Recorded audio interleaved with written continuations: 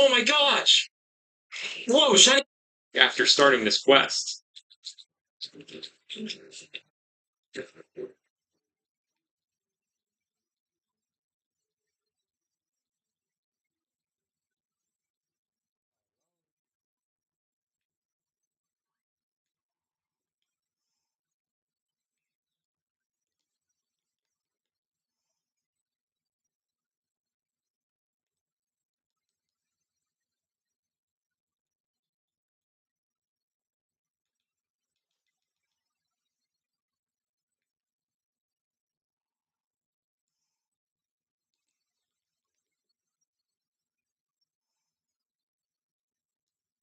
There is the mic. Oh, look. I'm just...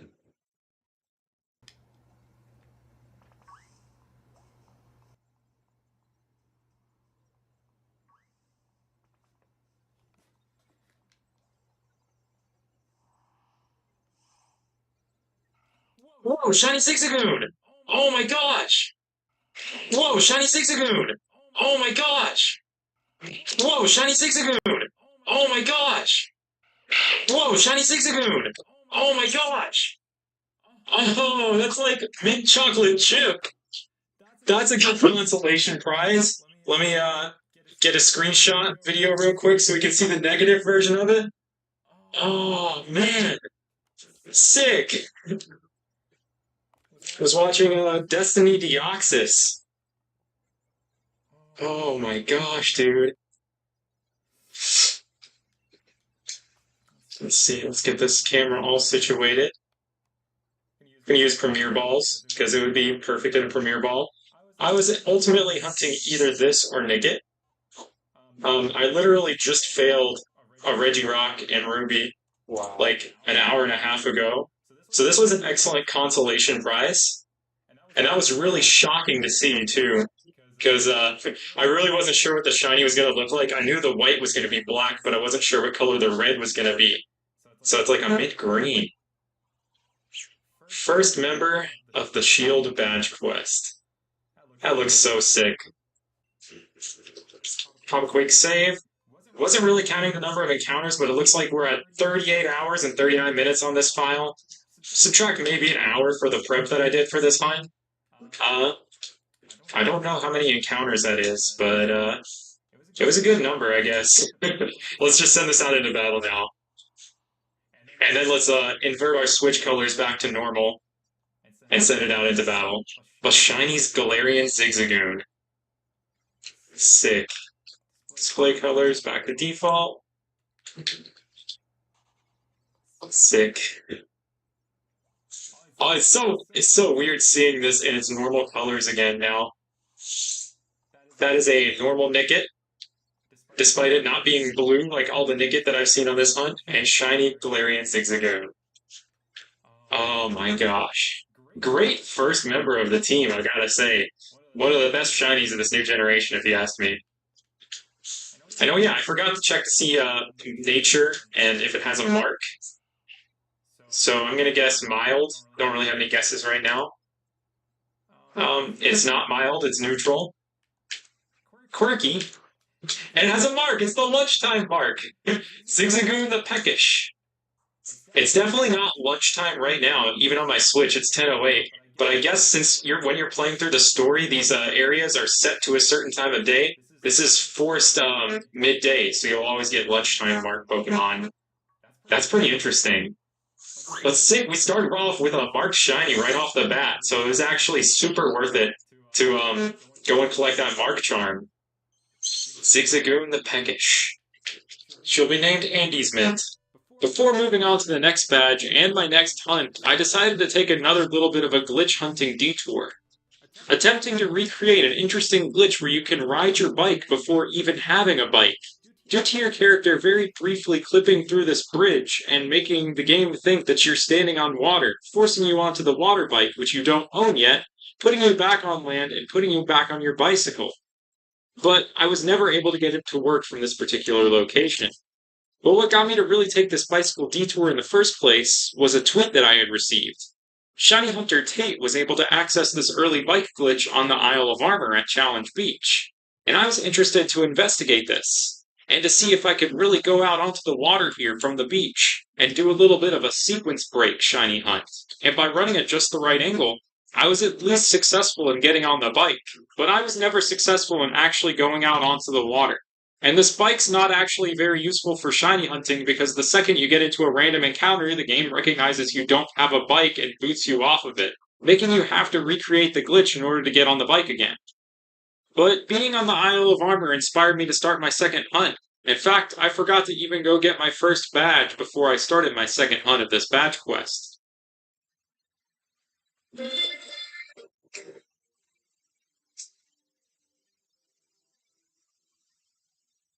My next target, which I didn't start hunting till the end of February, was Galarian Slowpoke, which is a very nice and relaxed shiny hunt along the beach of the Fields of Honor on the Isle of Armor, since Slowpoke is the only thing that regularly spawns along the beach.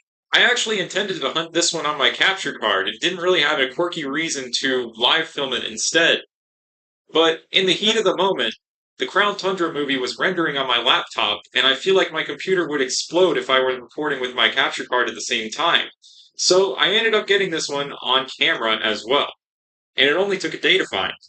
Shiny Slowpoke! Oh my gosh, dude! Wow. Shiny Slowpoke! Oh my gosh, dude! Yeah! Shiny Galarian Slowpoke! Yeah, I'm gonna pause real quick. I am on the jankiest live filming setup in the world right now because I've got literally the Crown Tundra movie rendering right here, right now, while I'm chatting with my friend Davis, watching the latest ReZero episode. What a time to find a shiny Slowpoke. The power of Anime Night is way too strong, man.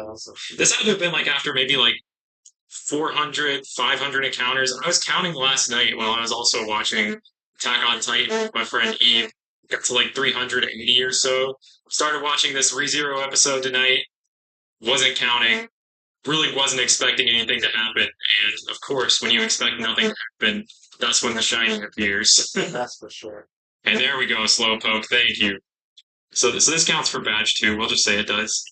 Regular Galarian Slowpoke. Shiny Galarian Slowpoke. Sick. Oh, dude, I gotta check to see if it has a mark real quick. And it does! The sleepy time mark, so it's Slowpoke the Sleepy. Perfect. Perfect. February 28th.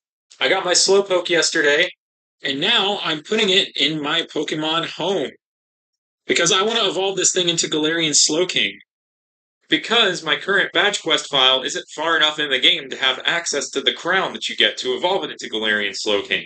So I transferred it to another file to get that done. Then I think we're going to do something pretty cool. So yesterday when I got it, I was live filming Pokemon Battle Revolution on this TV, and I thought to myself, how cool would it be if I could play Switch on this, even though it doesn't have an HDMI input? And then I realized there are definitely HDMI to RCA adapters out there. So let's hook up this Switch to the TV. So this is the setup I got going here. Here's the adapter itself. The Switch is HDMI, plugs in here, like so. So let's turn on the TV and see what the Switch looks like on this old CRT. First time ever seeing this. It's my first time powering it on. I'm not sure what's going to happen. Oh, and there we go. It's pretty bright, but that is definitely my Nintendo Switch. It's all kind of squished together because it's widescreen, but this is undoubtedly Pokemon, man. It's flying here. 3-point pass. Let's go get what we need for our Slowking.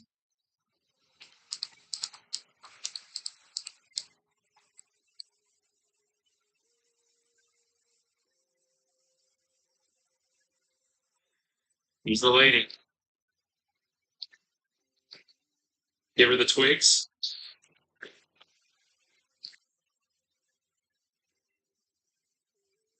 Valerica Reed.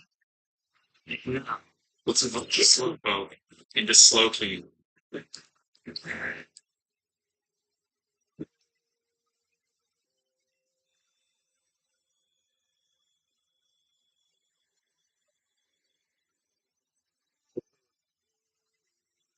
Look at this squad, man. This is such a good team already. And we still have 4 team members to find, plus some. So to keep things going and collect more members of my team, I had my first gym battle with Milo. So in the meantime, here's a fun fact. Joltik actually has a branched evolution. If you attach a Joltik to the gym leader Milo, it will evolve into Milotic. Feel free to unsubscribe and dislike the video right now. After getting the first badge, which I really should have had at this point, I made an immediate beeline to go get the second badge so I could start my third hunt. Ooh, Zigzagoon's evolving. Let's go, dude. Linoon. So with my new Linoon, I fought Nessa. And in this moment, I decided I would solo each gym leader with each of my shinies that I collect along the badge quest. So I could also show them off their Dynamax forms at each individual gym stadium. What is this? But after getting the second badge, I decided to take on the weirdest and glitchiest hunt of this whole badge quest. This is going to be a doozy.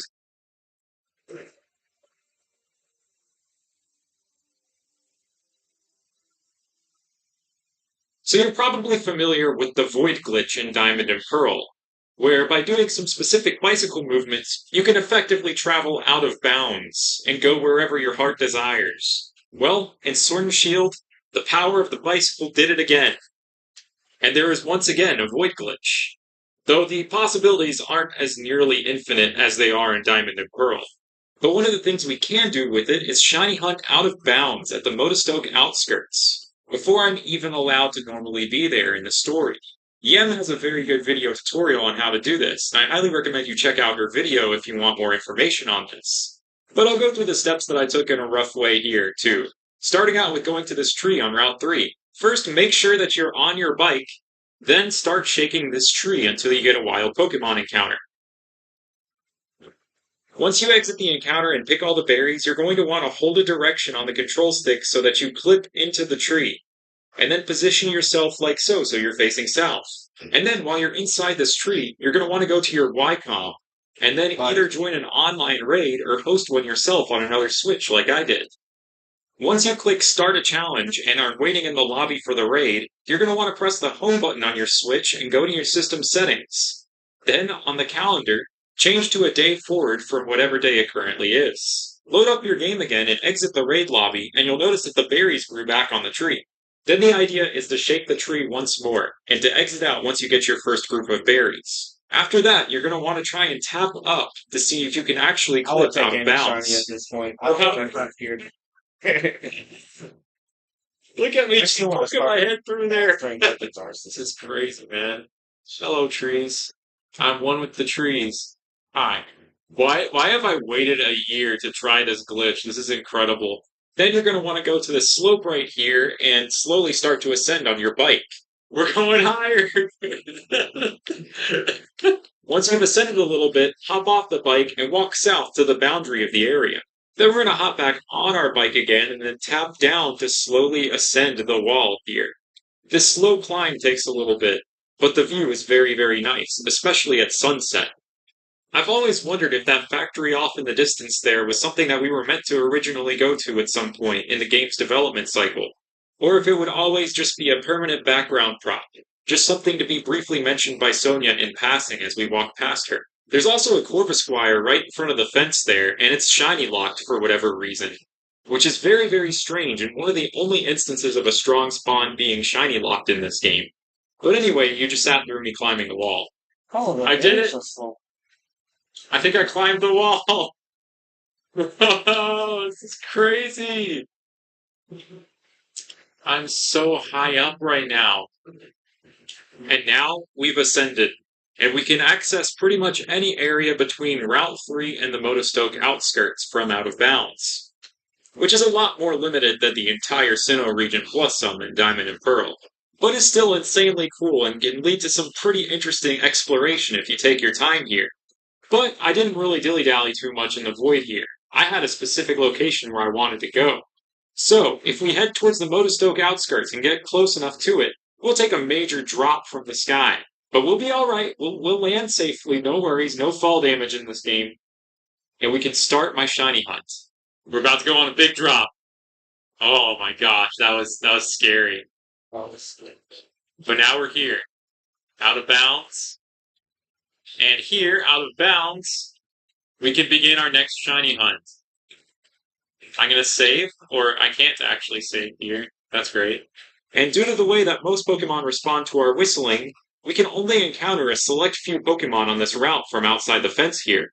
Oh, there's a sock. I mean a throw. Throw will run at us for sure. So the Pokemon you can encounter are Throw, or Sock if you're playing Sword, Salandit, which can only be found here in Shield for some reason, despite it not being version exclusive, and the exclamation mark encounters on the route. There we go, there's an encounter. This is certainly going to be an interesting shiny hunt if I commit to it. Yeah. But you don't have to commit to doing this out of bounds like I did. You can also position yourself so you drop down from the wall within the Motostoke outskirts, but that's just not as interesting to me on this sort of hunt. Despite being able to do this so early on, this doesn't really introduce any sort of major sequence break to the game's story events, because of the linearity of this game's event flags. But it's still really cool nonetheless to be in an area sort of before you're supposed to be, and to be able to hunt from outside the fence like this. Before I even really got to take much time to really explore this hunt, the hunt was over before I knew it. Here are the moments leading up to this very quickly found out of bounds shiny on March 1st.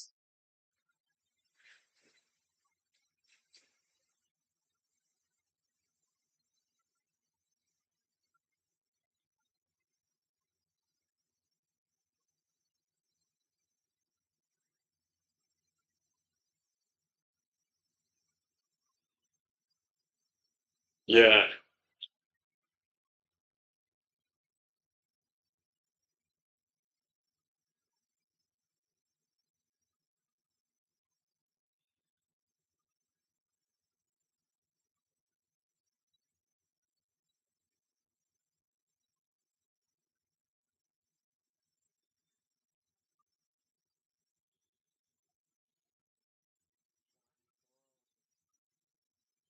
I throw. What? Very fast hunt. I didn't even realize it was shiny for a second. I was doing an early screening of the Crown Tundra movie with some friends during this, so I didn't really say much during the capture. But I was mostly just dumbfounded that this hunt went by so quickly, while I was basically still doing test encounters for it. I want to say this was just over 100 encounters, but I didn't even have my counter on screen on the layout while I was capturing this thing. So now I needed to escape from out of bounds, but first I decided to camp out here one more time before leaving. When I got into camp, Throw seemed a little bit concerned. It seemed a little bit worried about its surroundings, but there was really no need to worry whatsoever. All I needed to do to escape the void was to just fly on a Corviknight taxi.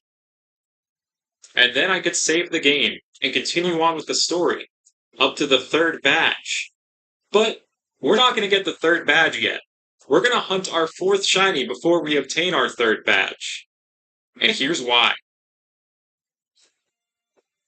Well, this would be a shiny hunt I would do. I would shiny hunt this thing. If I ever get Pokemon Sword. I watched the movie so many times. So the gym mission for the Motostoke Gym is pretty unique. It involves capturing wild Pokemon alongside trainers that are trying to sabotage your capture. And by some miracle, these wild Pokemon are not shiny locked and can be shiny hunted. So obviously, that's got to be the next member of our badge quest. You have the choice between Sizzlipede, Litwick, or Vulpix here, and in order to hunt them, you can just do simple runaways. Once you run away from one of these three Pokemon, it will be unavailable until you encounter one of the other two. So you can either encounter all three, or just stick to the two that you want most. Personally, I wanted Sizzlipede most, and alternated mostly between Sizzlipede and Litwick. But there's another unique aspect of this hunt. And that unique thing is that these encounters favor Star Sparkles over Square Sparkles, unlike most other wild encounters in the Is game. that shiny? So now let me take an opportunity to take a couple steps back and talk about shiny sparkles in general in Sword and Shield, because there's still so much misinformation and confusion out there about them. To make a long story short, there are two types of shiny sparkles in Sword and Shield: Star Sparkles and Square Sparkles. I know why you sold And the way one these that are actually determined told are part of the Pokemon generating process. And within Sword and Shield, Pokemon are generated in a lot of different ways. So going from encounter method to Let encounter me calm method, down a little your bit. odds of finding these sparkles kind of varies depending on how the Pokemon's generated in the first place. So, The following I here wanted to tend to do favor shiny star so bad, sparkles, with a dude. 15 out of 16 chance of the shiny having star sparkles and a 1 in 16 chance of the shiny having square sparkles. On the inverse of that, these are encounters that tend to favor. What do I do with my hand? These are encounters that tend to favor having square sparkles with an incredibly rare chance of having star sparkles. Finding a star shiny one of these ways Yo, is no. something to write Listen, home about. so I've only ever seen it happen to someone once before personally. It might have happened to more people out there. And it's absolutely insane when that happens. On top of that, the shiny sparkles can be forced in a way too. Like in Dynamax Adventures, it's always stars. And through other means, there are some shinies that are always forced square. So I hope this clears up a little bit of the confusion. There are technical reasons behind this, but I'm sure some of y'all's heads are already spinning from me talking about bigness zones earlier, so I'll save y'all that for right now. Here's the shiny that I found at the Bostoke gym.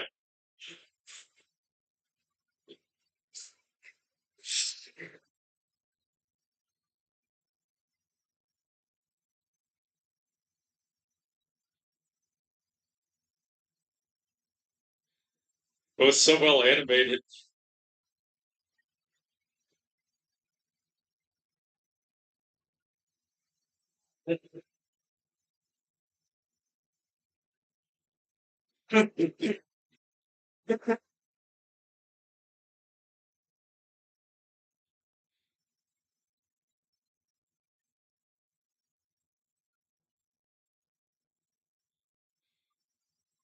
I can't believe I actually thought that was shiny. Is that shiny Sizzlepede? It is! You In can the tell gym! back. No way! That was a fast hunt. That was 350 encounters. I noticed that. Watching Jujutsu Kaisen with my friend RJ. Let's knock out this Salandis so we can catch the Sizzlepede. So sick. The camera moves so slow. The power of Anime Night, really. Oh man. Look, you can't tell. That's not shiny. Fourth part of the badge quest, even though it's in the third gym. It looks shiny from other things. Easy premier ball catch. Let's go. All right, my friend RJ was watching Jujutsu Kaisen with Nicole. Guesses Hasty. And this thing is naughty. Not. It's a naughty little bug. In the third gym. I'm going to save right now. Nice. Now, another unique thing about the battles within this gym is that you can prolong the shiny sparkles on the Pokemon you send out indefinitely until you press the A button right here. So you can build up a lot of suspense leading to the sparkle, like I did here while I was checking my phone. Look at that comparison. Now, hear me out on this. This is going to sound really weird, but from the first time I ever saw Sizzlepede, the only thing I could think about when I saw its flat body and stature was the shredded chicken quesadilla melt from Taco Bell, which was maybe my favorite food menu item ever from there, and honestly rivaled Baja Blast and the reason why I would go there in the first place. This menu item is now discontinued, but I had to name the Sizzlepede after it as tribute, so its name is Shredded Chicken. But anyway, it's time to actually take on Kabu now, with just our throw, which I went back and nicknamed OOB, which stands for Out of Bounds. Or whatever you want OOB to stand for. Right? You can take a creative route with it if you want. Oklahoma Oyster Bowling. Or maybe you could stand for like Pokemon. Oh boy. Oh boy. He's also definitely an orange obedient boy. Oh, our battle is over. And so is me suggesting these OOB names. Completely out of box like that.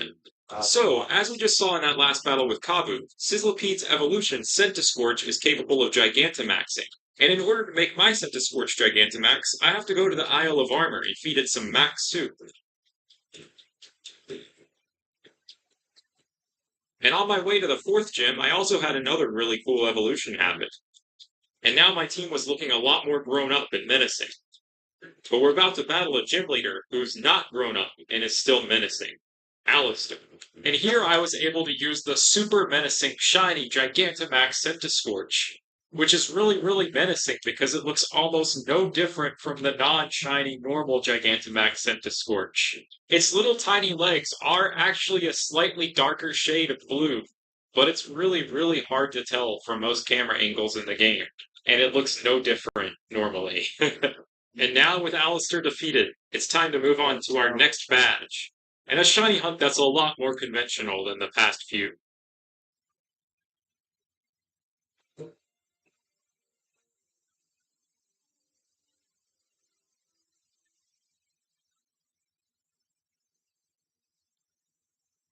March 23rd, 2021.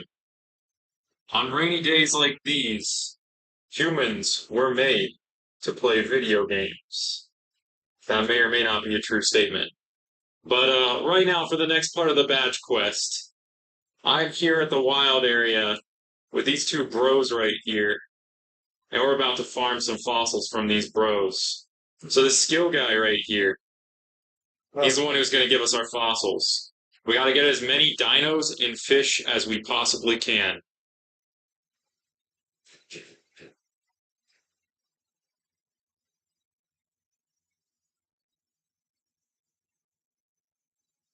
So I continuously farmed for these fossils, which was mostly just mashing the A button over and over again. There are four types of fossils in Sword and Shield: bird, dino, drake, and fish. Dino and fish combine to create Arctivish, which is my target. Dino is hard to find in Shield and easier to find in Sword, while fish is easier to find in Shield and harder to find in Sword. Drake and bird have a similar dynamic. For a little bit of perspective, I found 16 fossilized fish before I found my first dino. But getting all the watts that you need to do all this thing is really no issue if you have the Isle of Armor DLC and Armor Iron, because of just how many watts you get just a single second of digging pop. And I spent the fish time setting and this so up she on used two the dino files. one, and she was like, "Why aren't you using Two Dracovish?" games. And I was like, Ready to go. "How'd you get Dracovish?" This hunt I got actually took me a while Arctivish. compared to all the other hunts, even though it was the first one where I started double hunting. Because this was probably the first hunt on this badge quest that went over odds. This was also the first hunt of this badge quest that I actually streamed and didn't keep a secret from most people. For the sake of the Arctivish, and any Arctivish who may have been watching the stream, I decided to flip the screens upside down to make it so they could breathe a little bit more easily since their heads are on upside down. And it took me over 4,000 encounters for someone in the chat to come in and say, "Hey, you're doing this hunt slower than someone in the Stone Age would." And that's because I had sound effects turned on. Whenever you do these fossil revives, there's a pretty long revive sound effect that you have to go through every single time. And if you turn off sound effects, you get to skip that entirely. On April 16th, after a couple weeks of hunting, both online and offline, I found this shiny offline. And here's my encounter with it.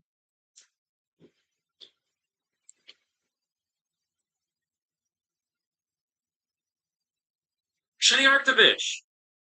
Yo! That was quick, man. Power of Anime Night strikes again. That was after I've turned my head upside down. 64.95 revived. Probably a little bit more than that. But it's on the batch quest file, man. That stood out so much. It looks so good. That's sick. And it's upside down on the layout, too.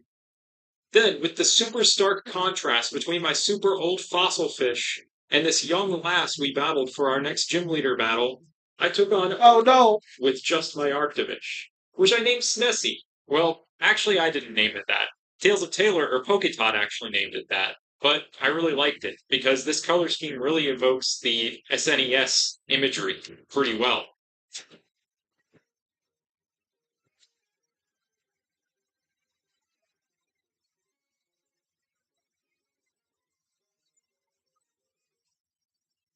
Today's April One 20th. shiny and I'll quit for Back when I opened some Shiny Star V, I got all kinds of code cards. And I'm about to go online to some Japanese website and use them because they expire at the end of this month. Now I'm on this Japanese website right here. Got it going through Google Translate right now.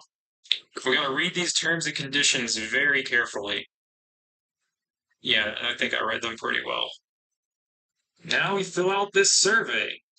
Age. I'm 2 years old. Male.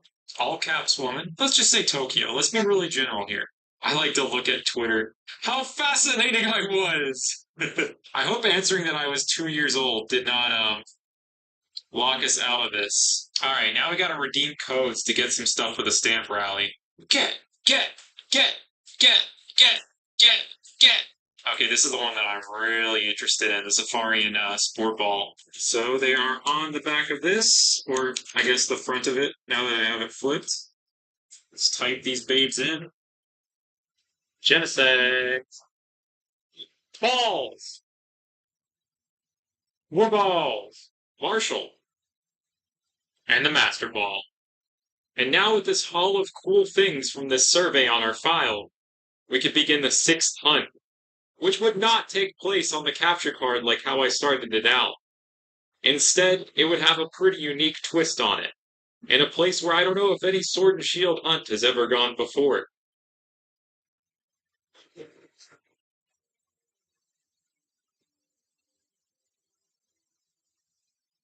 In 2020, I ordered this magnificent device, the largest Game Boy cartridge that I own. Let me slide in my Rebecca Bass Special Edition SP. See? Rebecca Bass. This is a Game Boy Advance TV tuner. And back in the day, had this magnificent antenna that you could both use to win in all sorts of fencing duels and pick up signals. But these days, it's most useful for its AV input. Actually, that's where you plug in the power. The AV input, where you can plug in a game console. And thanks to the RCA adapter that I got earlier for the Switch, we can play Switch games on the Game Boy SP. Of course, we can't really control anything on the SP, but we can use it as a TV. And the only drawbacks of this are the resolution. I can't really read a single word of what's going on screen here. And just the absolute monstrous power draw that this thing does to the poor Game Boy SP. But using that Game Boy SP as a TV, I decided to hunt for either Morpeko or Thievul on Route 7. I did stream a little bit of this hunt, and I was very excited to show people how you change the contrast on this. Look at this. Construct. I don't think that's the right word. Hue. But once again, I ended up getting the shiny offline. And I went on a little break from hunting for a month or two before I got it, so I could do some wonder trading or something dumb like that. Here's the shiny that I found.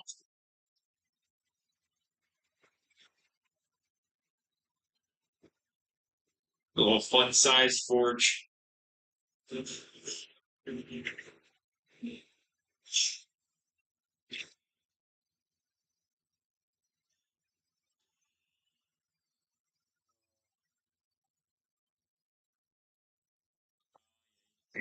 But like, even if it's like super broken beyond belief, it doesn't really result in too bad of an item still.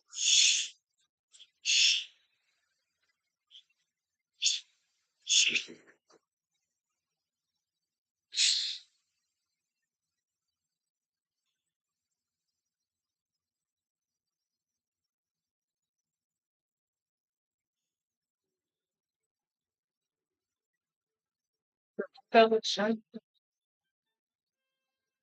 damn color sense. I have one on this level. I have one on this level. Shiny people, dude. Yeah, on the Game Boy SP. I guess, dude.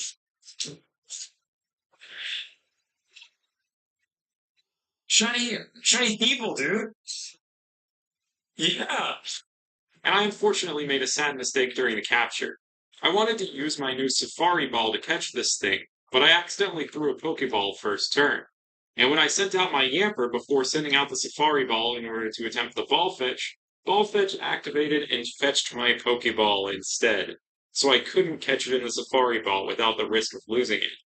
You can get like multiple items and stuff too through it. Oh, that just wasted my Ball Fetch. No, I'm still good. I just sent out my Yamper trying to catch it with a Safari Ball, but it fetched the Pokeball that I'd thrown in the past. And we catch it in a Pokeball, which is probably the most boring ball to catch it in. But when I'm looking at this on a Game Boy SP, just successfully catching it in general is good enough. Cool silver fox right there, man. Okay, I can kind of see the keyboard. I'm just naming it SP. Was chatting it up with my friend Eve, Bougie Boy, watching season 2 of Attack on Titan. Oh, let me see if it has a mark. His name No was mark. Chris.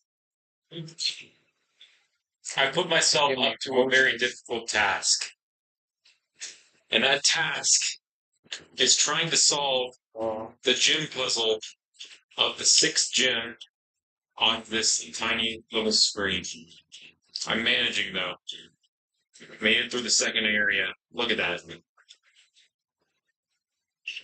I have no idea what she's saying right now. After I navigated through the ice maze, I took on the gym leader Melanie with just my Feeble on the Game Boy SP. My main strategy here was to use Fire Fang, which was a move that I went and taught my Feeble before this battle because I knew it would need it. And this actually proved to be a pretty lengthy and difficult battle because Thieful's stats just are not that great. But I made it through the battle on my tiny little SP screen just fine. And then I needed to think about what I was going to hunt next. Alright, time for a think about the next hunt road trip.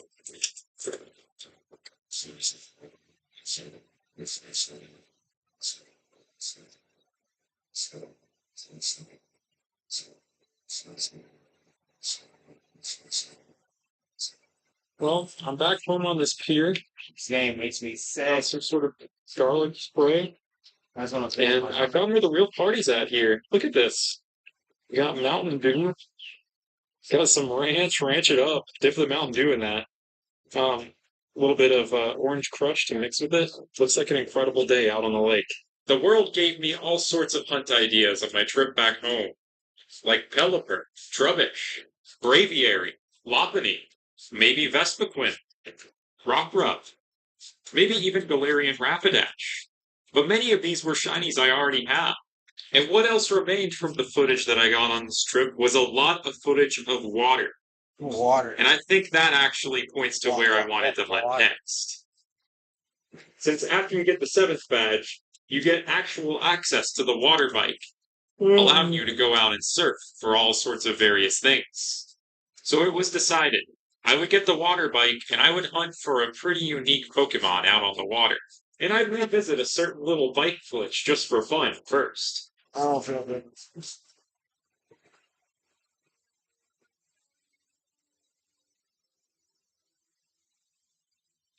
The interesting bike glitch that I was talking about earlier can actually happen here, right along the ledge in Turffield. And I attempted it many times before receiving the water bike to see if I could go out onto the water. But I never had any luck attempting to do a cheeky pre-water bike water biking session. So I went out and I actually got the water bike, and I still decided to glitch out onto the water here to start this hunt. Now here in Turffield, there's only one wild Pokemon you can encounter. A lone Crawdont that only spawns in once. So per save file, you only have one opportunity to catch this thing, and then you can never catch a Pokemon in Turffield ever again. This thing works like a strong spawn, so I need to save outside of the range of it being spawned in, which is a little bit right here, and soft reset for it this way, running up on it every single time. And continuing the insane luck that I've had on this badge quest, I managed to find this shiny the same day that I started the hunt, only an hour or two after starting it, on July 5th, 2021.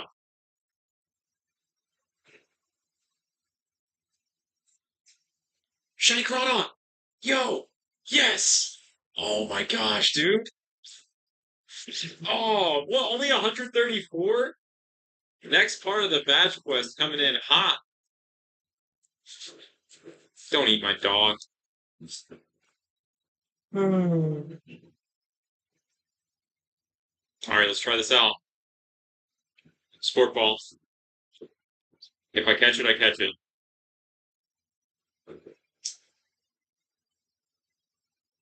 Got it. Nice. Sport ball Crawdon. And just one day of hunting. The town menace has been locked away, and you're staying at Yamper, buddy. Puffy. Look at this thing. She's been terrorizing this town of Turffield for a while, messing around with their water supply. I'm just gonna name her Buster. You're not going anywhere, Buster. See if she has a mark. She does! The lunchtime mark. Buster the Peckish. She was just hungry. Let's see if we can feed her something on this journey. I can't believe I did that in just one night.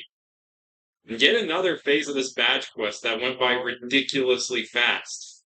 Only 134 resets. I didn't even have time to change the layout. This is the layout that I had for my previous phase before I decided to hunt it on the SP. So when I was a kid, I always thought Crawdon's mouth was like the stripe and not the actual thing above. It's crazy. She was peckish, so let's feed her lunch real quick. Normal Lulu. Shiny Crawdon in a sport ball with a mark. After taking on the pizza party at the pier in real life, we took on piers in game with just my Crawdon.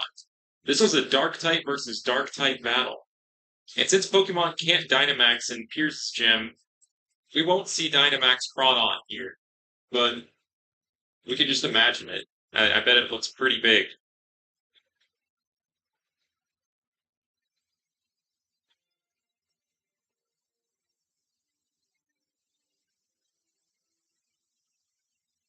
So now we have 7 badges, meaning we can catch Pokemon up to level 55. However, the final hunt that I want to do requires me to catch a Pokemon that's above level 60. So in a very fitting fashion for the Pokemon that I will be hunting last, we're going to get our next badge with a phony, or not even the shiny of the Pokemon I'm actually going to be going for. And I'm going to do the hunt for this Pokemon after I get this badge. So let's get this 8th badge, the good old phony right here. So, while I'm taking on the 8th gym here, let's talk about this hunt for the Antique Sinistea I'm about to do.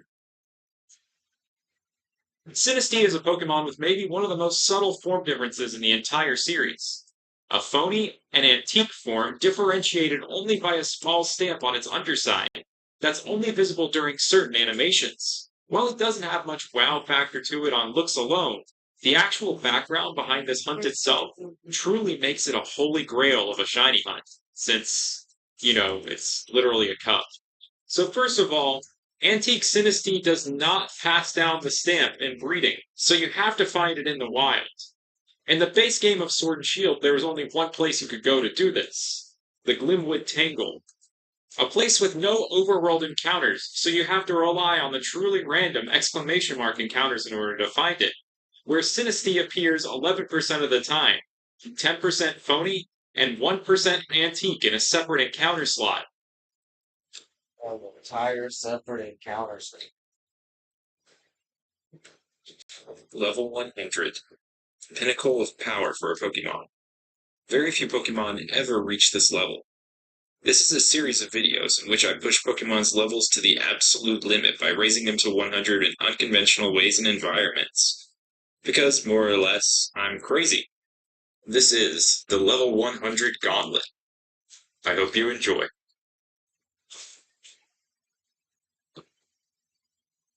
Once every 1,000 years, a comet known as the Millennium Comet can be seen in the night sky, and a certain mythical Pokemon awakens, capable of granting wishes. And it seems that right now, this Pokemon is awakened and listened to the wishes of so many of you. The wishes that I have received almost every day since Sword and Shield's release. And I share that common wish with y'all as well. That wish is to raise a Jirachi to level 100 only via Pokemon Camp. Let's hope that this thing has the appetite to eat over 1,000 curries after 1,000 years of slumber.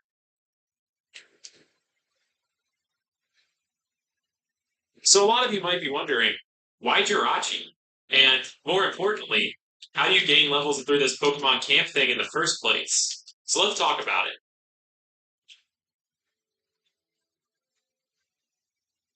To me, Jirachi and camping go together, like me, and inadvertently killing shiny Chanseys for these challenges, which by the way won't happen during this challenge since Chansey isn't in Sword and Shield.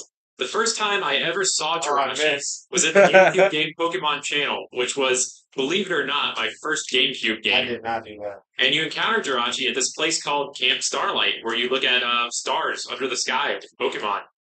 And if you've ever watched the Jirachi movie, Ash and the game go camping a whole lot. So, Jirachi and camping, perfect combination. Also, another reason I picked Jirachi is that it's one of the unique transfer only Pokemon that is not available through normal means in Sword and Shield, but still exists in the game's coding. So that would be pretty cool to go through the gauntlet using one of those. In addition to that, a lot of these gauntlet end up using Pokemon in the faster experience point groups. But Jirachi is a mythical Pokemon in the slow EXP group, which requires 1,250,000 experience points to reach level 100. So this will be a little change of pace for me, and I kind of look forward to a longer gauntlet. So now we have my Pokemon choice out of the way. Let's discuss the inner mechanics of Pokemon Camp and see exactly how this level gaining thing works with it. So in Sword and Shield, from very early on in the game, you have access to Pokemon Camp, which is a delightful way to kick back and hang out with your Pokemon. And there are two activities you can do to gain experience there: playing with toys and making curry. I'm focusing a lot more on the curry aspect of this for this particular gauntlet, but I might explore doing the toy side of things more in a future gauntlet. I would have just called this video a curry gauntlet, but I did gain a tiny amount of EXP from toys, so I'm still just calling it a Pokemon Camp gauntlet. Anyway, when you play with toys, for every interaction you have with your Pokemon, whether it be them fetching a ball or smacking the toy with the bell, they'll gain a little bit of experience. You can keep this up for a little while, but eventually your Pokemon will grow bored of playing and won't play anymore until you feed them some curry. The experience gain for playing is pretty small and applies just to the Pokemon in your party that you played with. And now, let's talk curry. There's a lot more depth to this than the toys.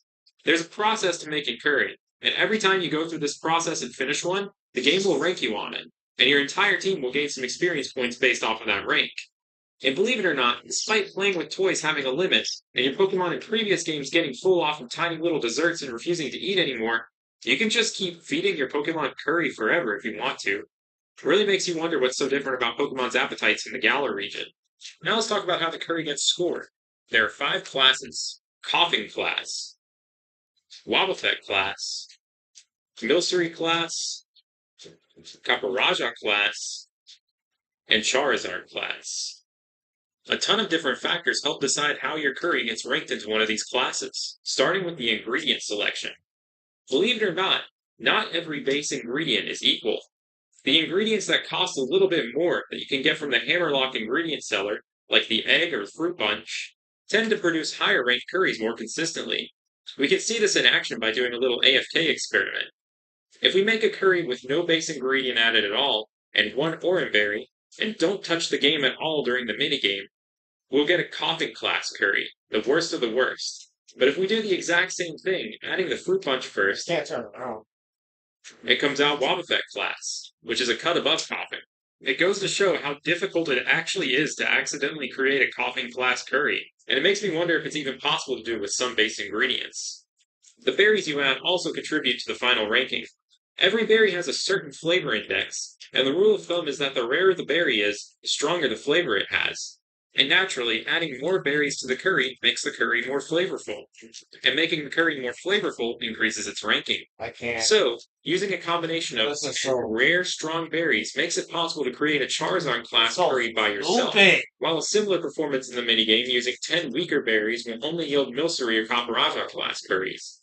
But I do believe every combination can result in a Charizard class curry if you're playing multiplayer, since that seems to boost the ranking overall a little bit.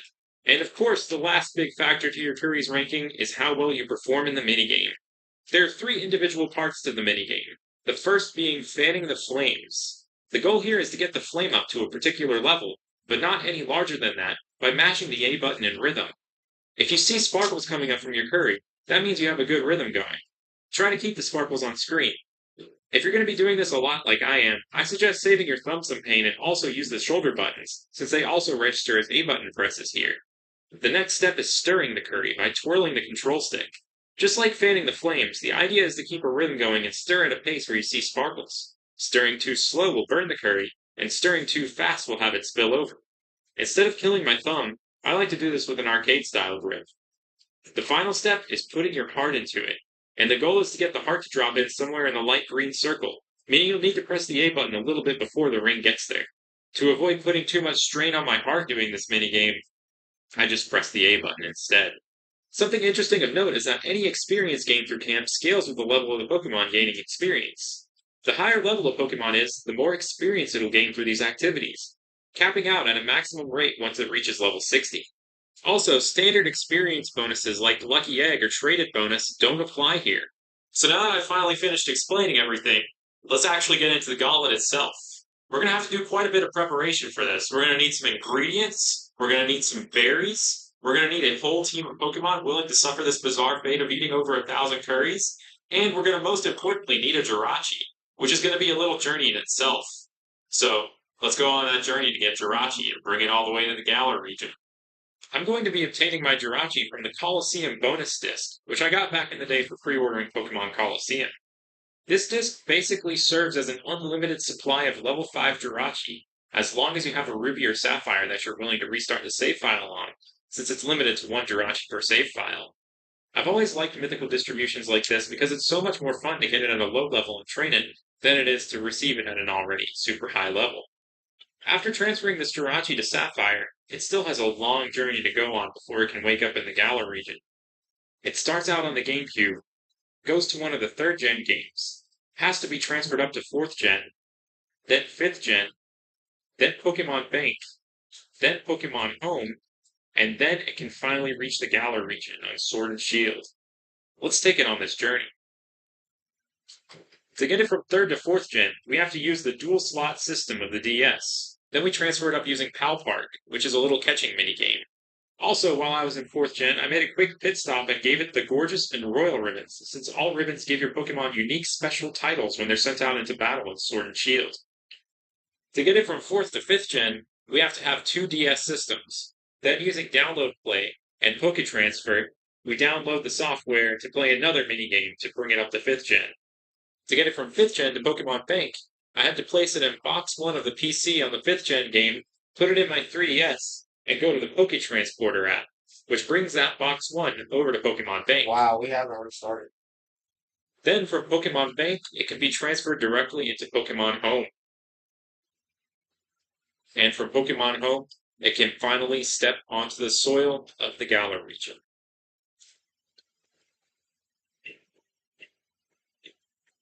Now that our Jirachi is in Sword, it is with great pleasure that I announce the 5 Pokemon that will be accompanying this Jirachi on this journey. First up, we have Pinksy the Shellos, which was just chilling in box 1 of my Diamond version for 13 years since release date. I think this thing was in desperate need of some fresh air. Also, it's the pink West Sea Shellos, which is actually transfer exclusive in Sword and Shield since you can only find the blue East Sea Shellos in the Galar region. Then, for guidance for this Jirachi as a previous subject of a level 100 gauntlet, I'm bringing along my Stone Journer, named a level 100 gauntlet, from the Raid Gauntlet. I'm also bringing my Shiny Runerigus from my Sword playthrough just to sit there and look pretty. And last but not least, I'm bringing along my Phalanx and Shiny Phalanx because they're my favorite Generation 8 Pokemon. With our team complete, that brings us to February 22nd, 2020, Day 1. With 167 hours and 25 minutes on my save file as a starting point, the rest of the preparation for this gauntlet began. And officially, the gauntlet did as well. Kind of on accident. Well, I goofed around playing with Jirachi for some stock footage, and I gained 20 experience points. Off to an incredible start. My incredible start became even more incredible as I also unknowingly reported for the next 40 minutes with my microphone muted. But that's okay.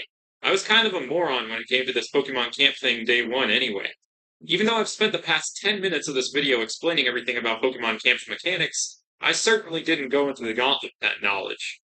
So my goals the first day were to just experiment with it and to strategize how I was going to do a secondary goal for this gauntlet, completing the Curry Dex.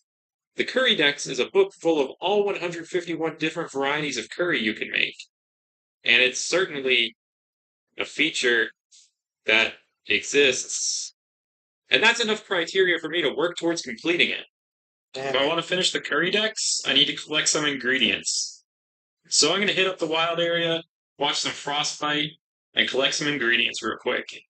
I started gathering ingredients from the random passerby who appear if you're playing online in the wild area. They seem to have a pretty limited set of ingredients they give you, so I eventually went and bought some more ingredients from 2 ingredient sellers near Hammerlock and Rolling Hills. who have a different assortment of ingredients every day. I then went to Wedgehurst, where there's a berry vendor who sells orange, pecha, and cherry berries for a really cheap price. These will be the bulk of the berries that I'll be using in the Scotland, outside of getting specific flavors for the curry decks every now and then. With a few ingredients and some berries in tow, I decided my first goal was to try and make a Charizard class curry. I saw in a lot of places online that people were suggesting to do multiplayer for this, so I went into the wild area, set up camp, and hoped for some random people to join and make some curry. I thought this would be some easy experience in Charizard curry, but thinking that may have been a mistake.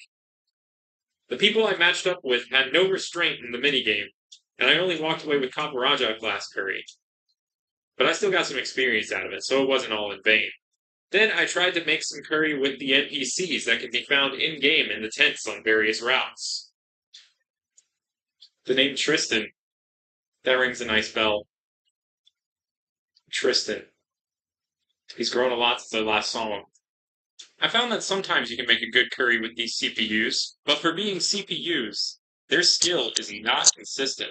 It ranged from them completely missing putting their poor CPU hearts into the curry to this. Whoa, what? I've literally never seen this animation before.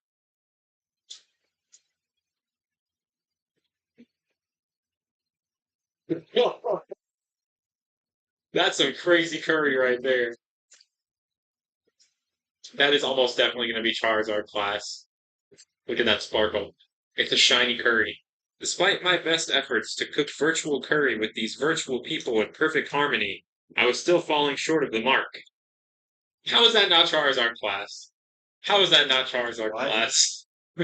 At this point, I had not yet realized the correlation between the ingredients and berries you use and the rank that your curry gets. And I thought the rank was entirely decided by minigame performance. This led to some desperate measures. Alright, I'm just gonna go all out and mash. Who cares about what the Pokemon think, right?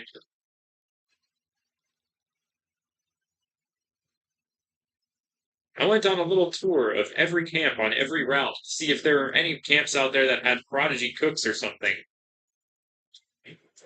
Whoa, Ralph is floating? I didn't know it did that. What the heck? The only prodigy I found was this floating Ralts. At this point, all the computers had failed me. I had not yet made a single Charizard class curry, so I only had one place left to go. I went back online to seek some sage advice from someone who I've heard is able to make curry out of a hydro flask. We needed to go visit the camp of a Visco girl. Visco girl? I can't believe I'm going Pokemon camping with the Visco girl right now.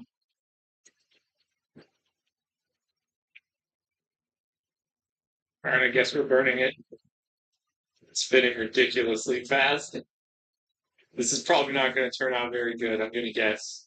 Or maybe these Pokemon are just bad critics of food. Maybe it's actually amazing. We'll just have to see. Look at that shimmer. It's got to be okay. Kaparaja. Oh, what are you mixing? What is she mixing right now? Even failing to make Charizard curry with a Visco girl, I retreated back to making curry with the CPUs for the rest of the night. Still did not make Charizard class on day one.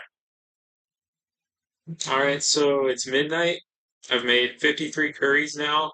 I still don't know what I'm doing, but I'm at level 15, which is pretty cool. I want to try and unravel the mysteries of how exactly all of these curry mechanics work. But we'll get there soon, I think. I started day 2 with a Baja Blast and a mission.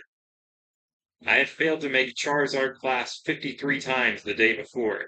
My 54th curry was going to be Charizard class. I did a bit of research, and I found the best spot to do this was on Route 6 at the tent there. And at this point, I finally put in my rare berries instead of the fodder berries I'd been using from Wedgehurst. With the ingredients in the pot, I fanned the flames at a pace to match the CPU so we didn't burn the curry. Then I stirred it at a pace where it wouldn't spill over. And then I put in my virtual heart with them. And at last, I saw the Charizard class. That's Charizard class.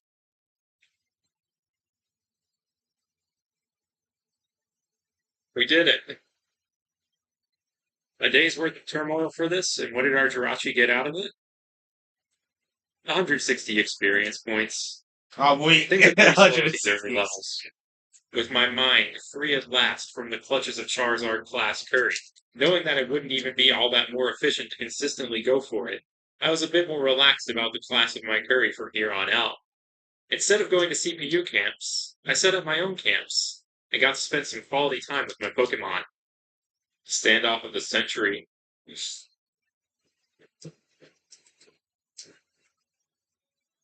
This is like an unstoppable force versus an immovable object. Great. Like, what?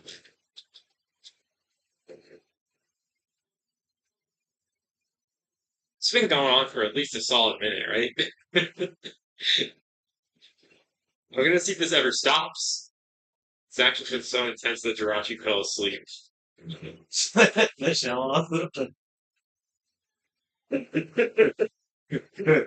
Let's go, Shellos.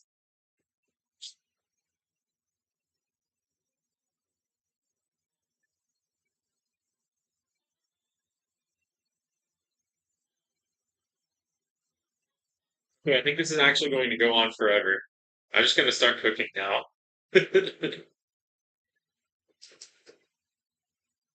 As I started making curry at my own Pokemon camps like this, something really, really cool started to happen. I'm surprised that was in a browser class. And I actually wouldn't have even noticed the cool thing if I didn't exit out of this menu. Wait, there's a Binacle here now. Oh, is this my first wild Pokemon through this? Let's go! Yes, wild Pokemon can show up in your camp after you finish making curry. I've never had this happen to me before. Oh, it's so. Welcome to the team. And these wild Pokemon do have something special about them. Curry Connoisseur has a special mark. I wonder how its IVs are. So it's pretty standard. It's like it seems to be like something like one of the standard wild Pokemon from their out. Just spawned into camp like that. Starting with this Binacle, I started to get random wild Pokemon every few curries, adding a whole new layer of excitement to making curry. Now there's an Abomasnow here. What's up? I wanted to understand how exactly it worked, what encounter table it pulled from, and if these Pokemon had any special traits beyond the curry mark. Now there's a Darumaka. We're getting so many of these now. There's an Indeedee. It's not even in focus. I became so engrossed in trying to understand the mechanics of this that I didn't even notice the nice progress I was making on my curry decks or the gauntlet itself. I'll admit that the grind for this gauntlet was a little bit more arduous than most, since I had to stay focused on the game and literally keep my hands full in order to make good curry. This made the multitasking that I typically do during these grinds kind of difficult, outside of maybe watching videos or streams. But these wild Pokemon guests added a whole new layer of excitement to it for me that made it feel worth it. I wanted to see how exactly this all worked, and if they could be shiny. Hello, Seismitoad. Alright, so there's something over like 120 curries made. Jirachi is level 21 now, meaning it's starting to gain a little bit more experience than it was. It's a little bit more of a crawl than I don't even know what it was before. It was whatever comes before a crawl. And we've made 8 friends along the way through making curry. And something interesting that I noticed is that most of these are actually on the rarer side for the encounter tables on the routes that they're on. So it's pretty interesting. Day 3, my life has become curry. I eat, sleep, dream, and breathe curry. Day 3 was the day that I accepted making curry into the daily routine of my life. I got home from work. I went for a walk, but I didn't bring my Switch or anything because it's kind of hard to do something like this while also walking at the same time without tripping and falling or getting hit by a car or something. And then I sat down making curry for the rest of the night.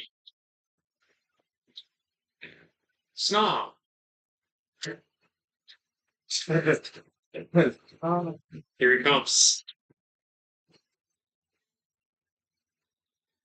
Go Snom.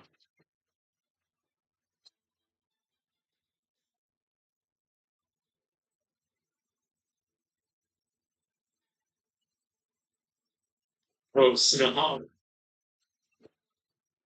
I'm so proud of you.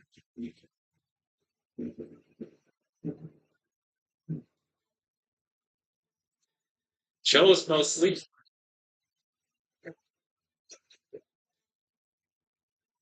Oh no.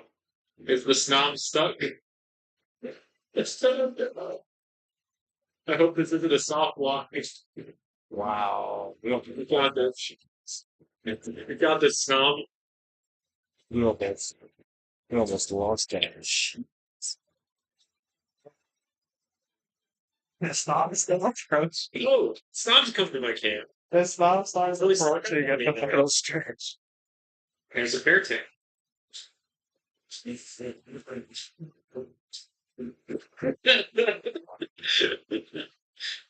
like Nelson.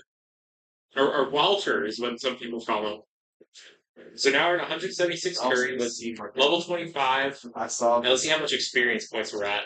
Saw the Sylvia Legends.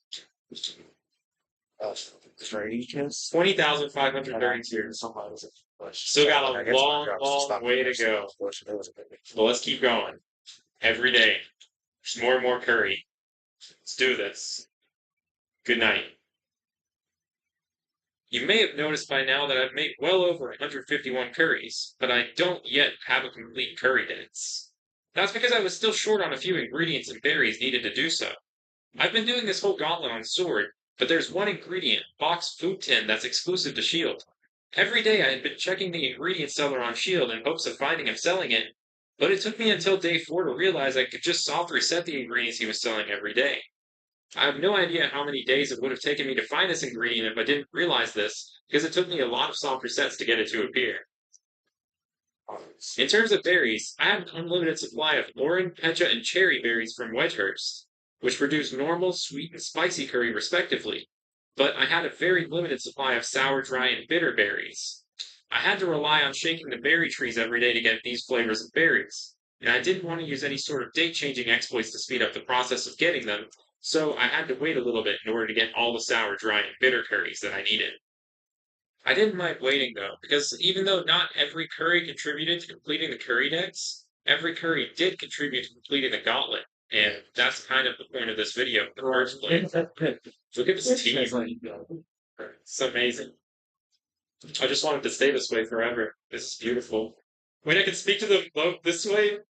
That's so great. Yeah, I definitely have to trust the Stone Turner for me to be doing that. Also on day 4, I got more and more evidence that the Pokemon that visit your camp are from the rare side of the encounter tables, as 4 out of the Pokemon I found on Route 9 were 5% more Pika. I think if you're a shit. So I recently realized that using these premium ingredients, like these ones that are a little bit more expensive, I can consistently get a 4-star curry with just like the basic cherry berries. So I'm going to start farming the experience that way, while I don't have the berries to fully complete my curry decks for right now. This moment that I figured this out was the real aha moment of this gauntlet. Conveniently at the same time that Shellos evolved, all my curry evolved into being consistently Kabaraja class. I've been so consistent with these Kabaraja class curries tonight that I forgot what a Milcery class curry even looked like. Milcery class? Get out of here with that. We go for that extra layer of sparkles. That's all I know tonight. Oh, beautiful. Whoa, what the heck is going on?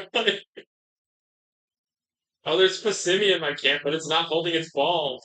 It's just kind of scratching the air. After a fairly productive day 4, full of Kaparaja class curry, Jirachi reached level 34. And after a slightly less productive, but still productive nonetheless, day 5, Jirachi reached level 37. And the level gap between Jirachi and Gastrodon really started to grow from this point on. Alright, so now it's February 27th, which is also known as Pokemon Day now. Shout out to the 10th most popular Pokemon this year, apparently. And a strange cosmic event that happens to perfectly align with me doing this curry gauntlet. Pokemon tweeted out this. It's not possible to spend your entire Pokemon day in Pokemon Camp eating Pokemon curry with your Pokemon in Pokemon Sword or Pokemon Shield. Unless. So I take this as a direct challenge, and it's a better time than ever now for me to go in and do this curry gauntlet. I'm about to spend my entire Pokemon night at Pokemon Camp at Pokemon Sword or Shield, but mostly Sword, eating Pokemon curry with my Pokemon. Let's Pokemon Go, but not Pokemon Go because I'm not actually going to be using Pokemon Go for this. I'll just be playing Pokemon Sword. All right, so I am 11 curries away from finishing the curry decks. So I've got camp pulled up on my shield right here, and I'm about to try my hand at cooking on 2 games at once to get the 6 varieties of Box Food Tin curry, whatever that curry is actually called. All right, I've never done this with 2 controllers before, so this is going to be interesting. All right, I'm not going to be double L and Aing this time. I'm just going to be mashing A on both games. I figure that if I do it at the same rate that I do at single player, though, I should get the flame up at about the same rate. So it kind of evens out doing it this way. Actually, that flame is rising very quickly. Oh no, I miscalculated. All right, now let's stir. Oh, this curry is a disaster. It's a good thing that for the curry decks, it doesn't have to be good curry.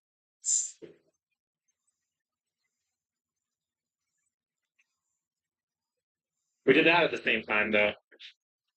Rich curry. And look at that, we still got Copper Raja class. I then struggled to make the other 5 varieties of rich curry that I needed. Then I put away my other Switch, vowing to never do this with myself multiplayer ever again. Then all I needed to complete the rest of the curry decks were just a few more dry, common curries. Now, the final curry of the curry decks. Dry Bone Curry. Shout out to Super Mario. Shout out to Dry Bones. Shout out to Dry Bowser. Shout out to pretty much all the dry characters in Mario, including those Mario characters that also have a dry sense of humor. Dry Bone Curry. After 372 curries, I finally took a victory bite. We had a full curry decks now, but our gauntlet was far from over. It's all experience grinding curry from here on out. Now that we've completed the curry decks, let's go to the Camping King and tell him the news. Oh, fuck. Hello, Royal.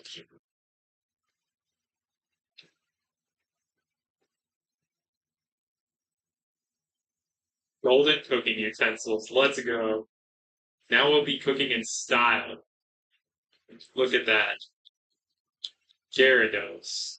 I almost just want to not fan the flames to stare at it, but that would be good for the curry creation process. Look at that golden stir. It's almost like a magic wand. Curry wand. I spent the rest of my Pokemon night making curry while watching the new Mewtwo movie. I was kind of skeptical about this movie at first, to be honest. Remaking such a classic in 3D almost sounded like a recipe for disaster. But I thoroughly enjoyed it, and they did a good job of capturing the original charm, even if they took away after mentioning the Minnesota Vikings. There's no way this After the Pokemon movie, it was like I kept making Pokemon curry until Pokemon Day was over to fulfill the Pokemon tweet. I kept going until the clock struck midnight and Pokemon Day was officially over. Alright, so it is no longer Pokemon Day right now. So I think it's time to pack up camp for the night. I've been respectable and nice 469 curries made. And let's see what our final experience is for the night. We're at level 43. Not too bad. After Pokemon Day, I went home for the weekend to visit my family, which also includes this old Jirachi keychain. I don't actually consider this Jirachi keychain part of my family, but I had to work it into the video somehow. On this visit with my family, we went on a small family road trip to visit some more family, and I took that as the perfect opportunity to make some curry in the car. It was refreshing to not be the one driving, but it was probably even more refreshing to be making curry while not sitting in the same spot that I usually am in front of my computer. On the hour and 30-minute drive, I made curry 45 times. I started out with 63 moo cheeses and ended with a blurry 18, bringing us to a blurry level 46. I didn't play anymore for the rest of the weekend, but I got some cool footage of birds, I guess.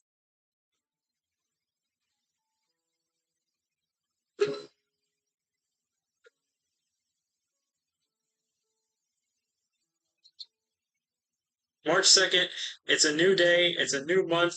I'm back at my place now. Let's make some curry.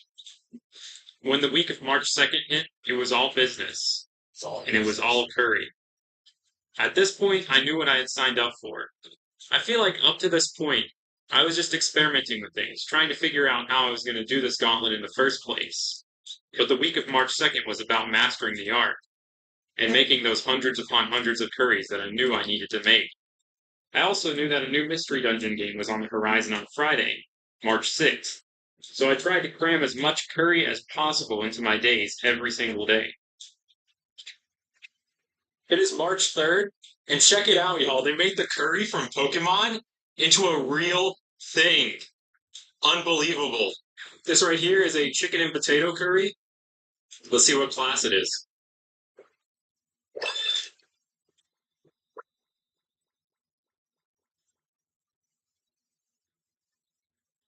644th curry on day 9, I had a glitch happen to me that I had seen a couple of times on Twitter from a couple clips. I still have no idea what caused this glitch, since it looks like everything I did in the curry creation process was no different from my other curries, but this is the result of that glitch. It's a pretty fascinating looking one. Wish we knew why it happened. And so far I have Absol, Cacturne, and Flygon. Whoa, I got the glitch! This is such a weird glitch. My character just didn't like move the spoon at all. Then they froze. I've been waiting for that to happen. Over the next few days, the number of curries made skyrocketed, along with Jirachi's level. Some days it might have felt like no progress was made, but with gauntlets like these, any progress is progress.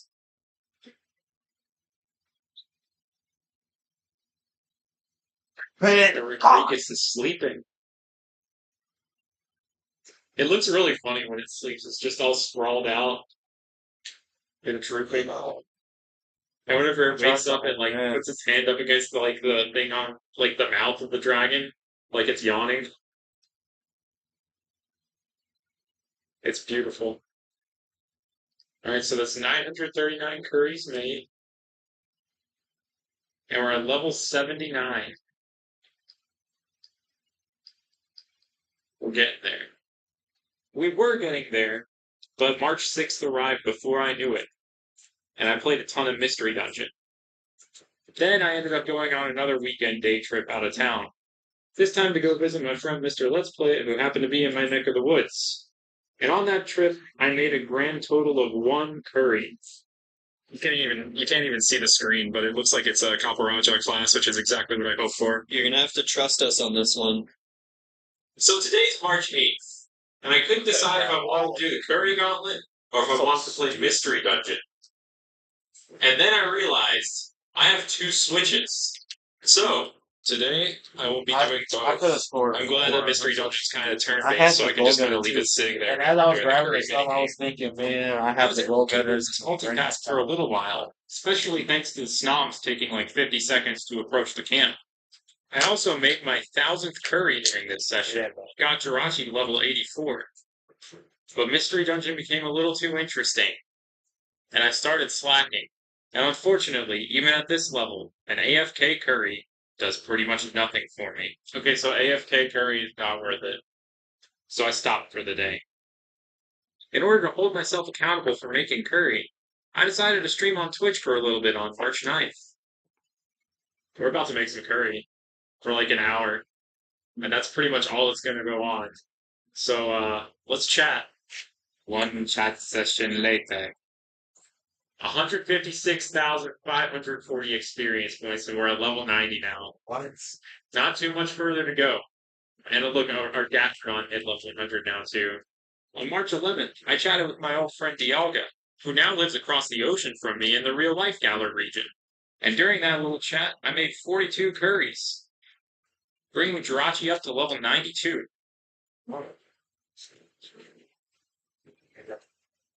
On March 13th, I intended to stream the rest of this gauntlet, but CEO Dreamland was happening, and I had to watch a few crucial sets first. Since Gunner, the Pokemon speedrunner, who, believe it or not, was also from my original Smash scene, And my friend Zai from my current Smash scene were both competing.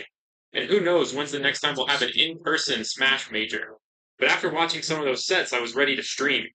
Based on the amount of experience points I have, I'm about 107 curries away from level 100. I don't even think Let's finish this up tonight. I talk over here like this. What's up, Kyogre, CEO of Water? Since the CEO is here, I guess I'll take a sip. The Jirachi is like right behind the Gastrodon, so we've got like a new rare Gastrodon form. Wake up. We got curry to make Gastrodon. Chop chop. Oh, there's another Darumaka. It right now reminds me of that kid that like stands in the doorway with like his arms out and he's like, no anything beyond this point. And actually the 1292nd curry will be coughing class just as a joke because I want to end it on that note. And eclipsed by Phalanx right now, there's a slowly approaching snow. It'll be a minute. Oh, it looks like Gastrodon kind of pushed it along a little bit. Good job, Gastrodon.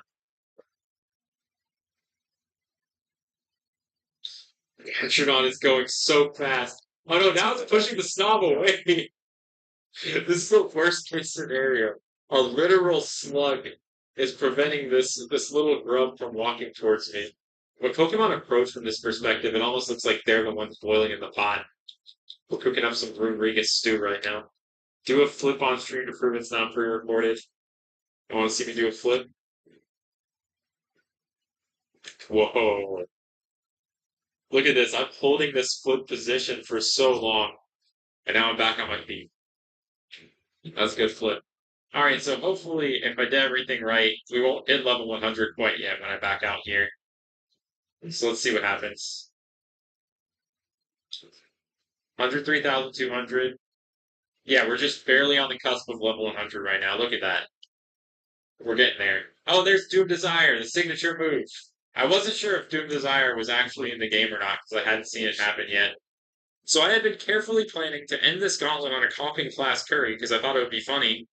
And without thinking, I made my 1292nd curry normally instead of coughing class style.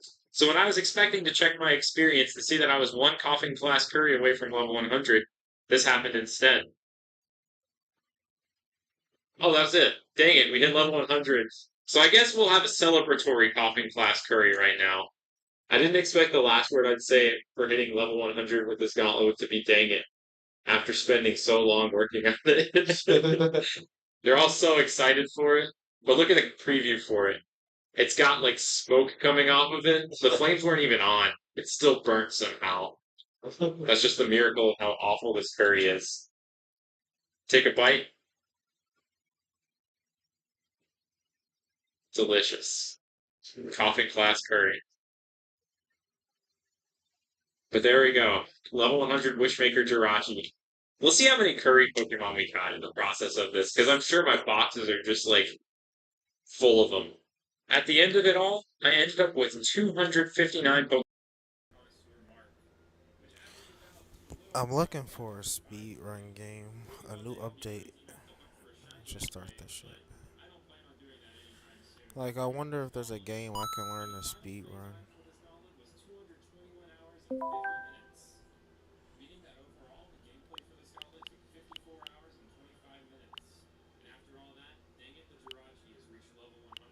Dang it.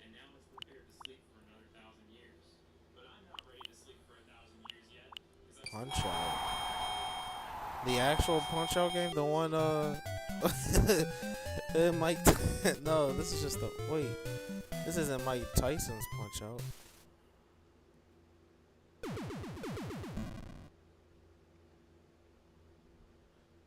Wait, this is Mike. Yeah, Glass Joe. I didn't know I could play this game. I have never played this game. I've seen Bruce do play this game. I like that shit. That shit was funny.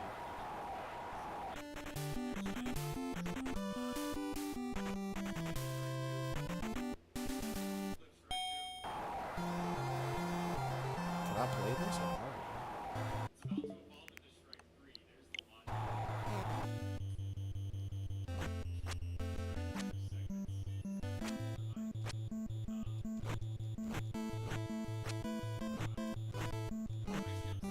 Come on, Glass Joe.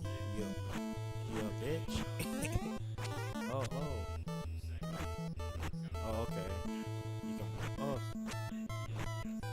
I'm Epo. Body. Oh, I should have. Oh. Oh. What's happening? What's happening? Dude, he's cooking me. What? Get him.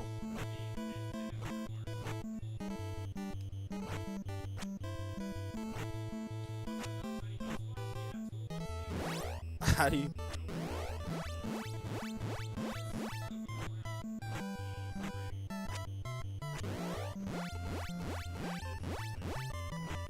There we go. I'm figuring something out. Round. I went round with Glass Joe. Put him away. Make it quit. I want to retire. I didn't know how to play. Nobody told me the controls. Alright, come on, Glass Joe. Let me kick your ass.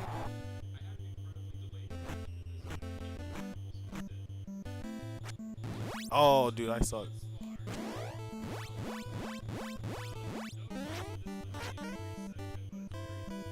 Oh, dude.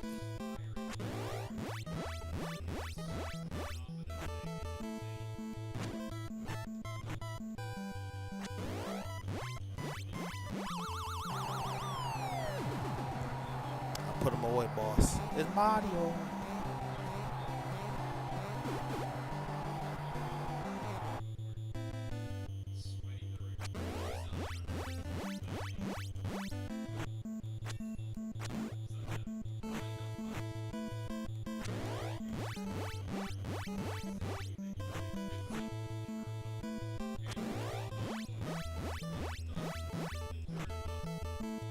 Oh, shit.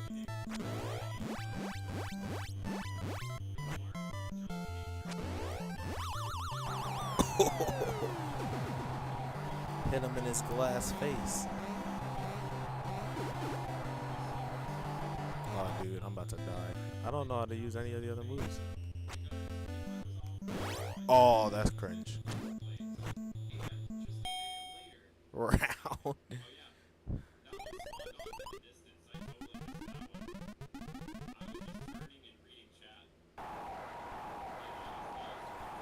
Dude, my health don't go back up. What the hell? Oh, there it is.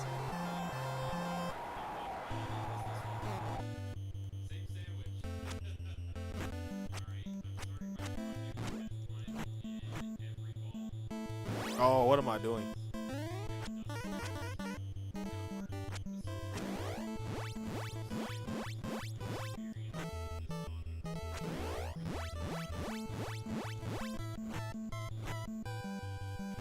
Oh, what the hell?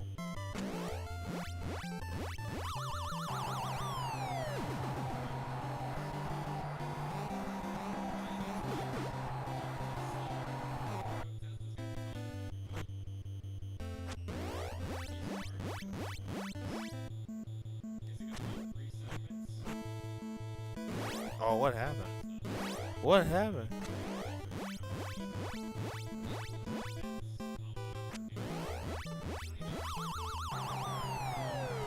Shit, maybe we become a Mike Tyson punch-out speedrun.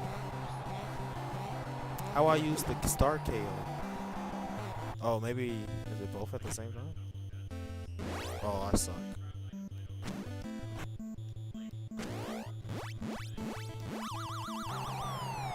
Put him down, Mac. TKO.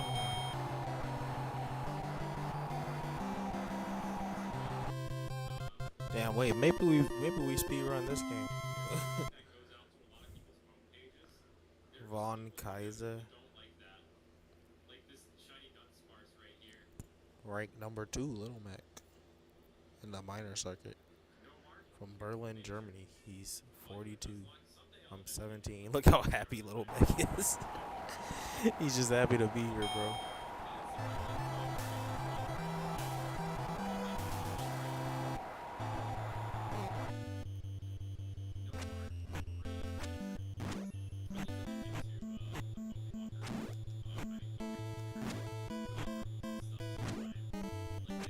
Oh, I suck.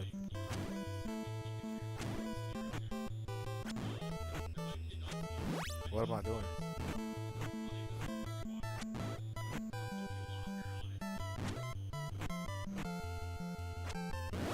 Oh my god.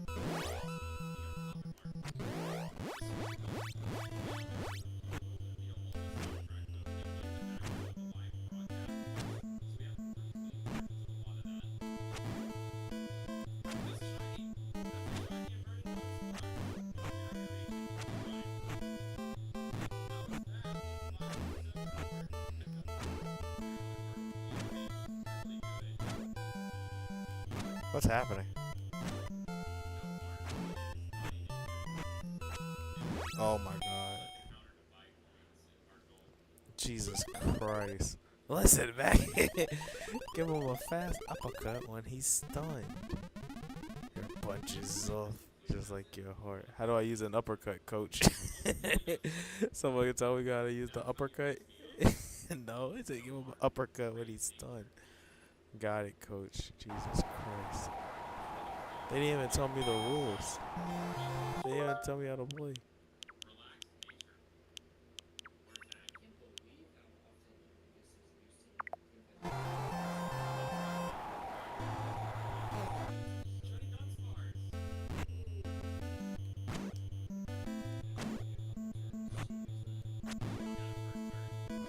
Oh!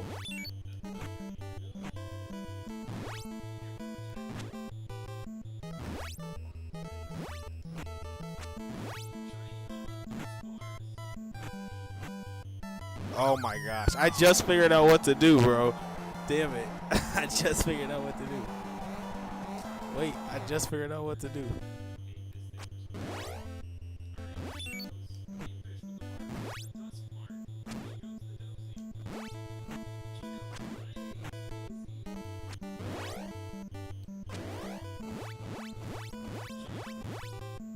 Shit.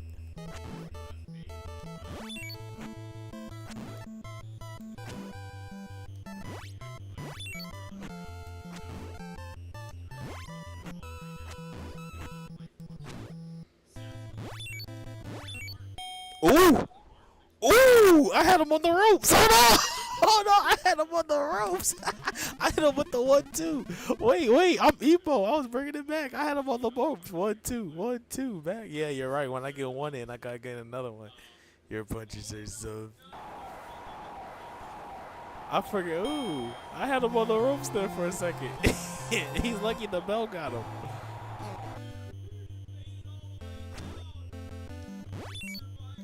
Oh, shit.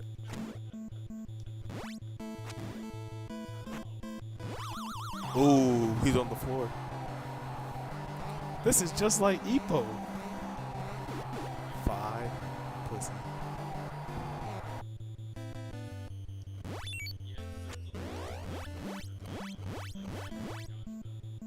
Ah, shit.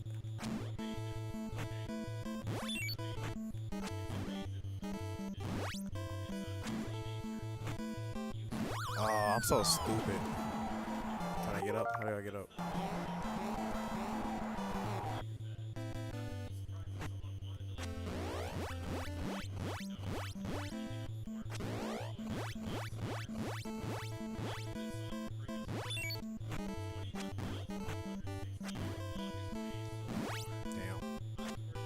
Damn. That's so stupid.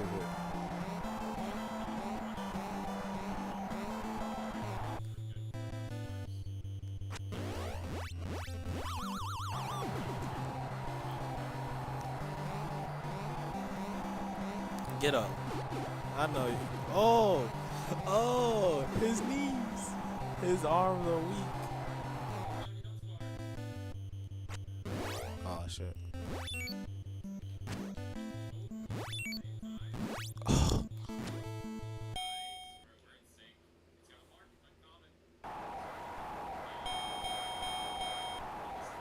Damn, by decision. I couldn't bring it out, bro. Fuck. This game's fun. Wait a minute. Dang, they keep my record. They talking about you 1-1. This game is fun. Right?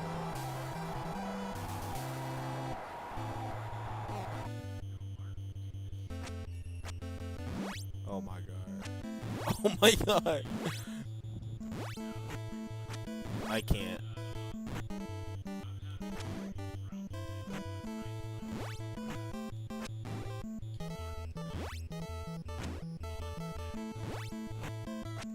Oh, fucking stupid. I can't. Alright, boy. Alright, boy. Alright, what do I do? It's just restart the whole thing, bro.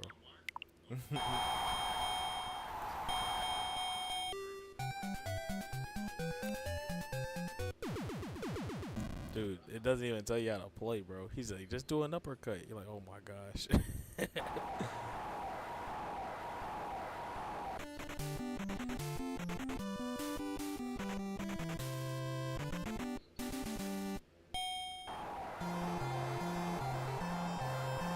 Alright, come on, Glass Joe. Hurry up, I'm just trying to get to the champion.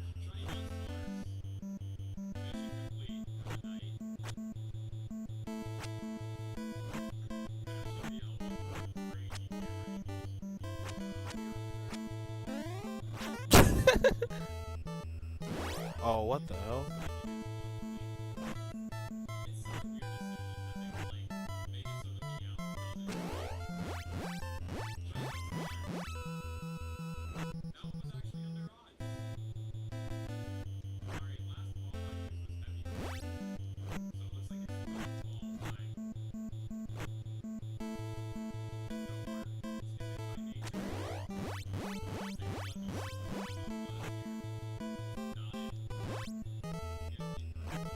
Oh, I'm dumb.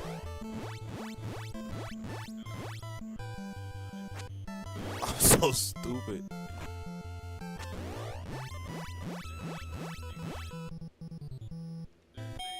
Oh, I pressed the button too. I was about to knock his glass jaw out. He said, put him away. Do I have to take a nap? Yeah, I'm about to put you to sleep, Glass Joe. Get over here, Glass Joe. Anybody can bully Glass Joe. Come on, Glass Joe.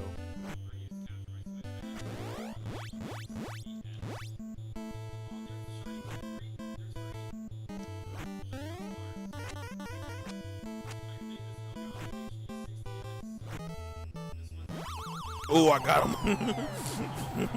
I got him moving back.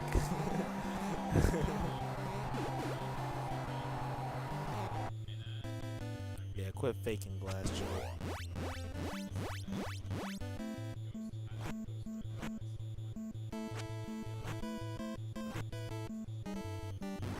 Ooh.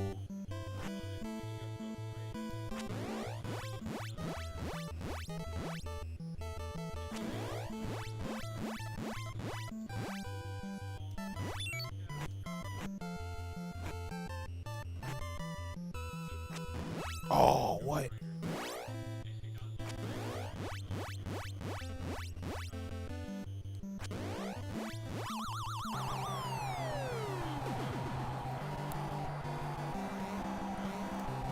What was that, man?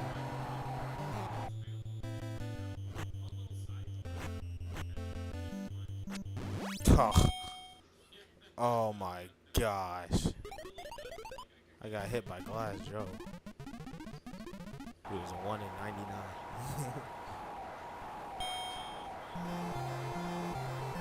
I gotta learn how to put him away.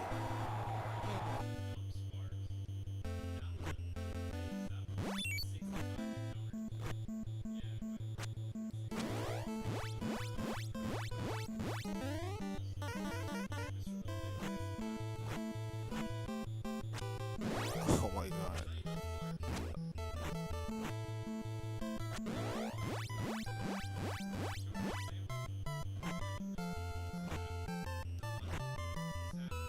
Oh my god. I got put down like Glass Joe. I'm not getting put down like Glass Joe.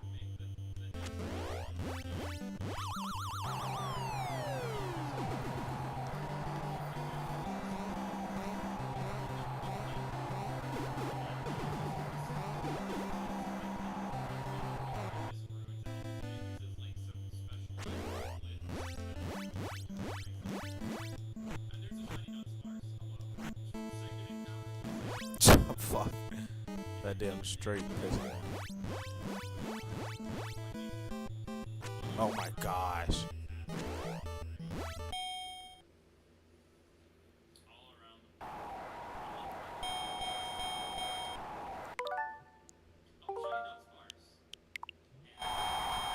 Dude, lose to fucking Glass Joe. I'm trying to figure out how to hit him through the thing. I can't tell when he's about to do this straight, and then it happens so fast.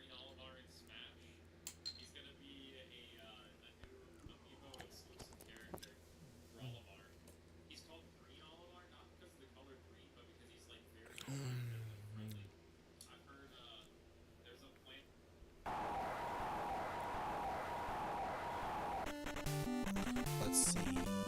Howdy to my one viewer. I see you out there. Wanna watch me put away Glass Joe? I can't stand Glass Joe.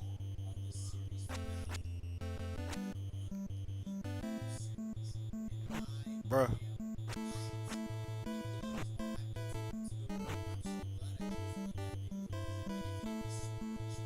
Bro. Idiot. That idiot. Go step back on me. You better fight me.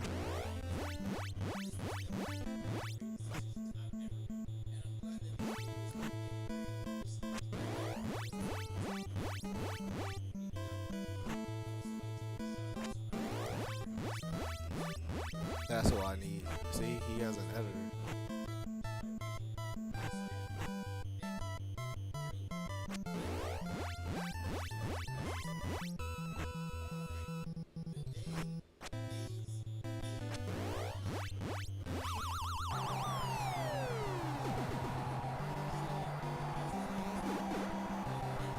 Bro, I already put you on your feet twice.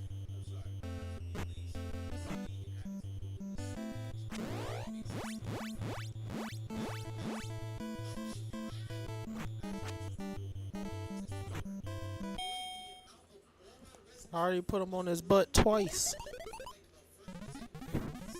Watch the jaw. Don't hit my jaw. Got a glass jaw. So when he pulls up at you, he pulls away and then he walk up at you. That's when you punch him in his glass jaw.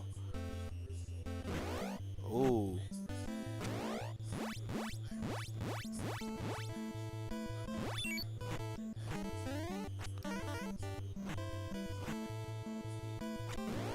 I missed it.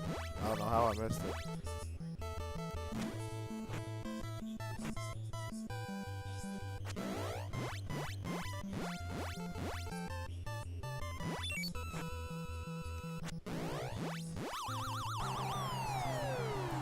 How I use the star punch? I got two of them. How I use the star punch? I'm about to put them away. Is it A plus B?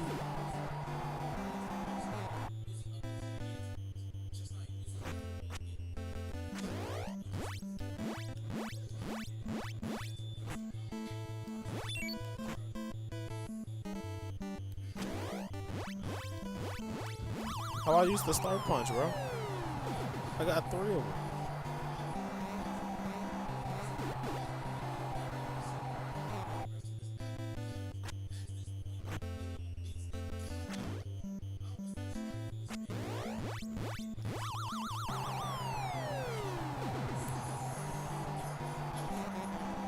Yeah. TKO.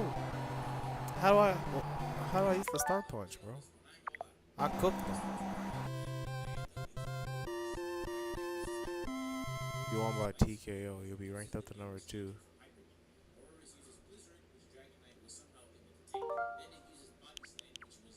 It doesn't tell you anything, dude.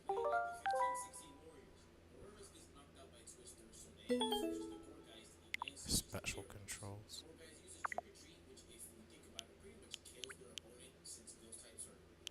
Trick or treat.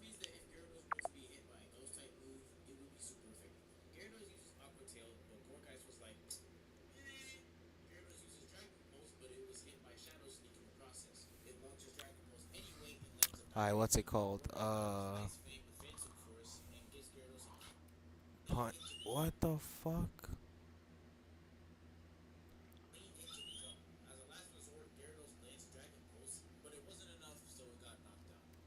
Punch out, use star punch.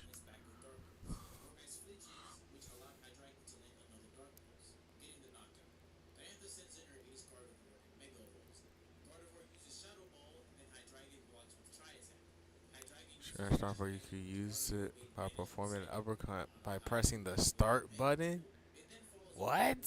You can store it and use it to perform an uppercut by pressing the start button?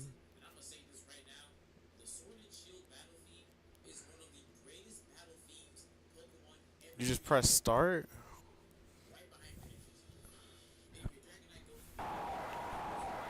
You just press start?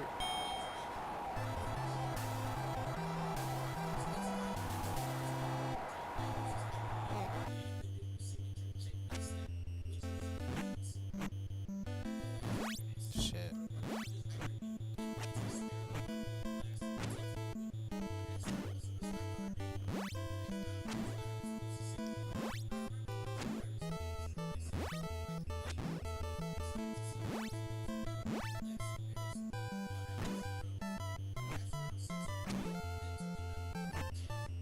Oh.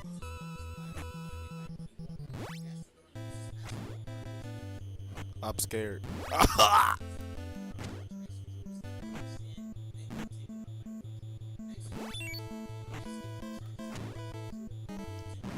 What?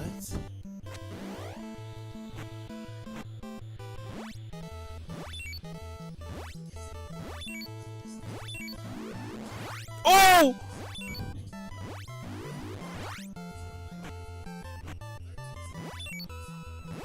I'm messing him up now. Wait a minute. I figured it out. Oh, I just figured it out. Oh, that was nice. That was nice. He's feeling it, Mr. Krabs. Oh, he's feeling it, Mr. Krabs. Wait a minute. I'm about to knock him out now. Round one. Hold on. Hold on. I figured it out.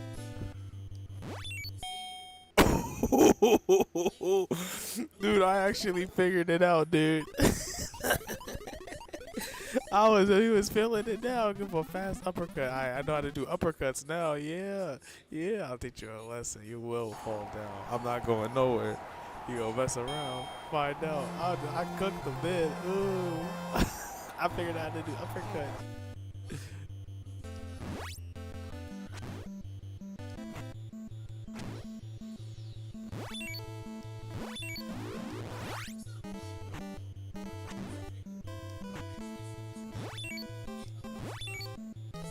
Shit. Ooh.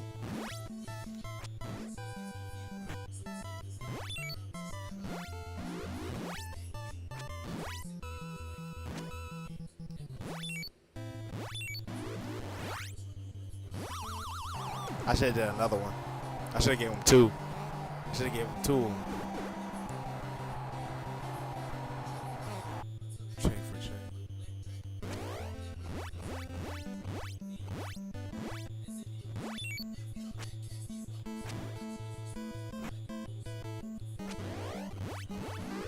Oh!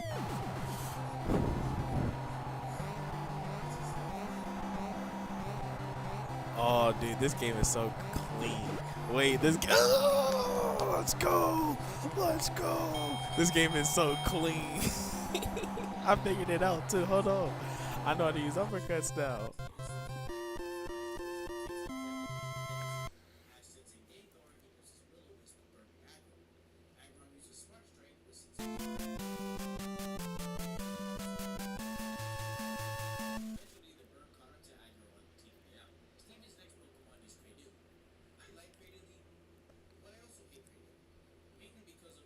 Japanese.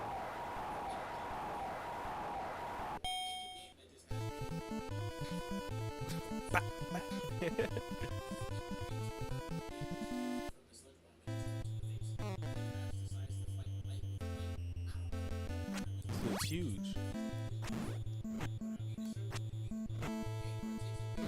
Oh, fuck.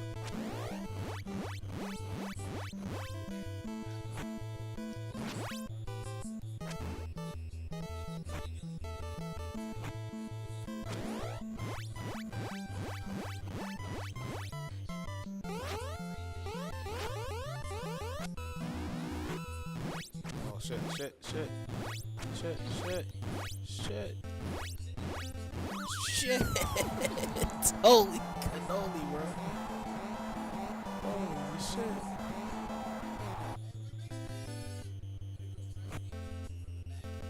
Oh.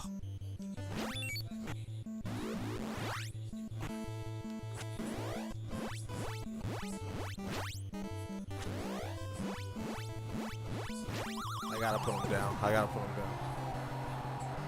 He put me down, I had to put him down back.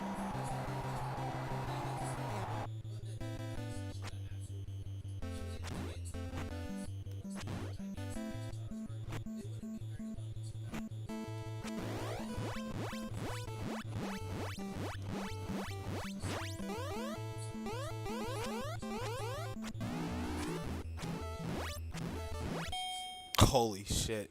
The bell actually did save me. Listen back. Give him a fast uppercut when he's stunned. Thanks. Thanks, Doc. Sushi. Kamazari. Fujiyama. Nippo. Ichi. Okay. They just threw a bunch of Japanese ones.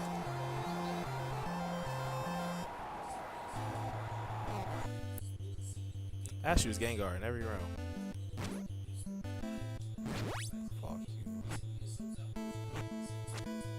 Oh my gosh, dude. Sorry. Not gonna make me look like a bitch. I hit him. Dude, I hit him.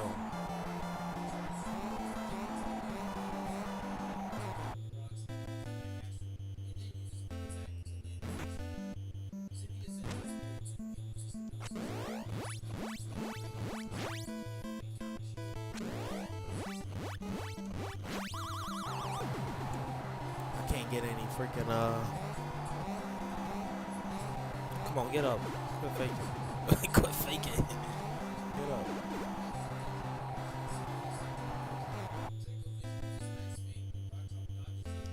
Oh, come on, I hit him.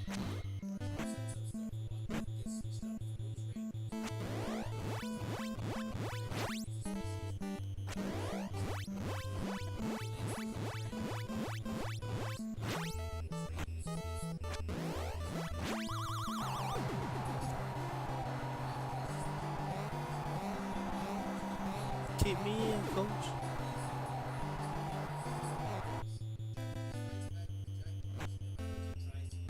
Ugh.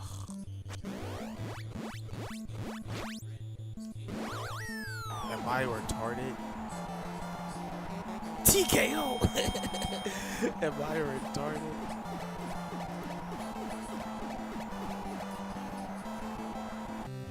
He's flexing on me.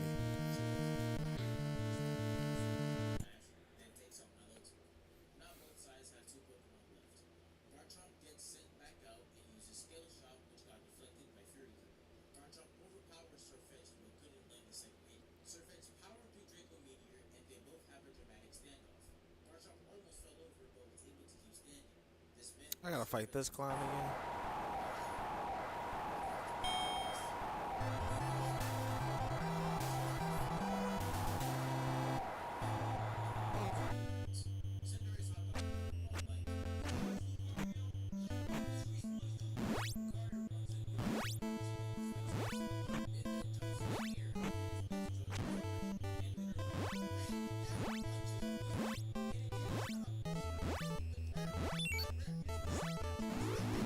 Oh.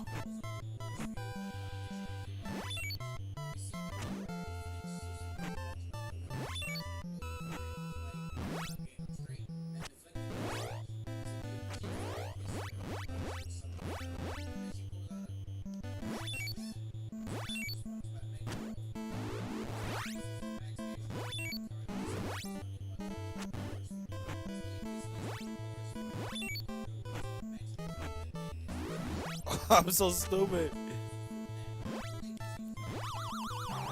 I'm so stupid.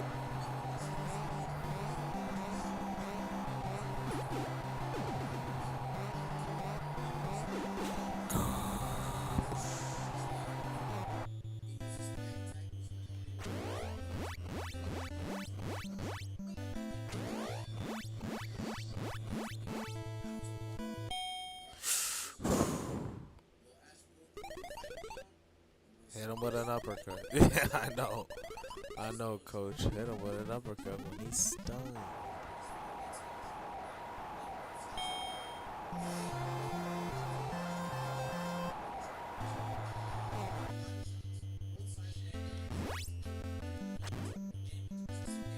I hit the A button.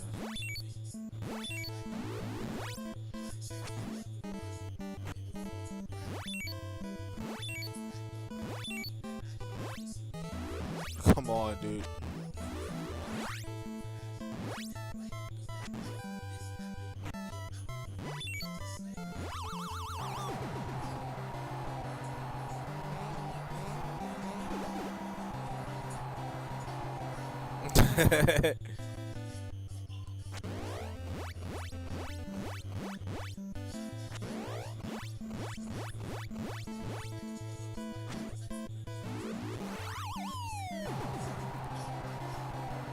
Since out the way. Yeah, that hurt. I hit him when it hurt. It was a counter punch.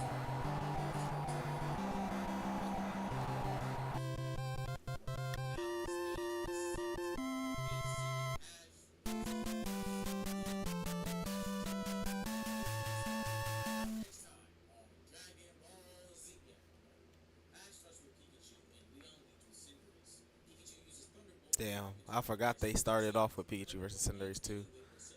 How it ended.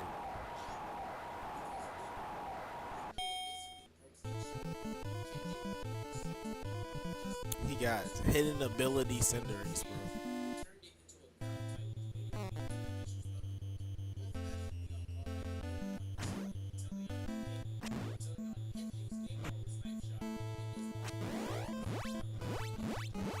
Alright, we're gonna play defensive this time.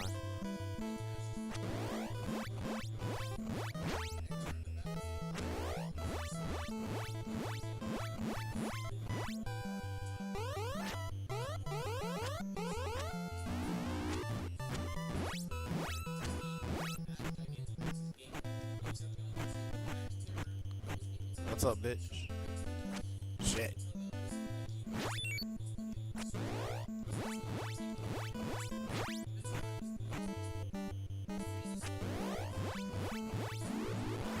Ooh! Ooh! Ooh! What's up, bitch? What's up, bitch? He started talking that good. He tried to hit me with the special. I said, alright, I'll fight you. Come on. Shit.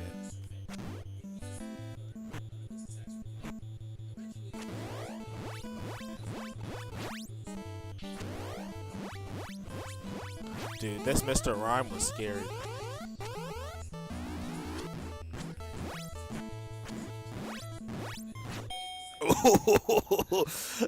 So my new strategy, you know, instead of dodging, we're doing a lot better. Instead of dodging, I'm just gonna fight back, right? Dodge his punch, then counter punch. Exactly. I'm gonna dodge the first strike, and then when he starts, I start punching back. You gotta swing. Dang, he had to use Mega Lucario against Mr. Rhyme. I forgot about that. Oh.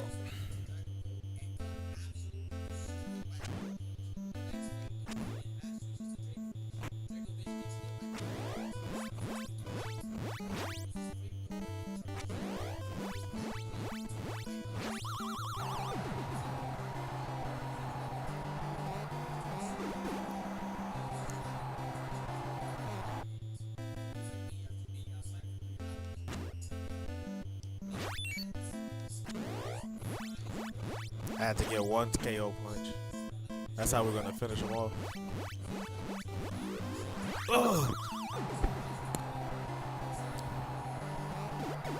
Oh, okay. He said, "Stop messing with me, quit babying me." Alright.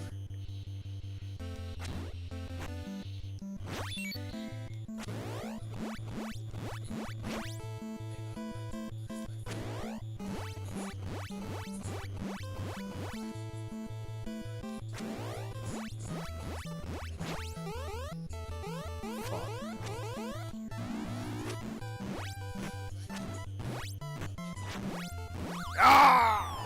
Shit. Next time we're gonna use the star punch again. Fuck it.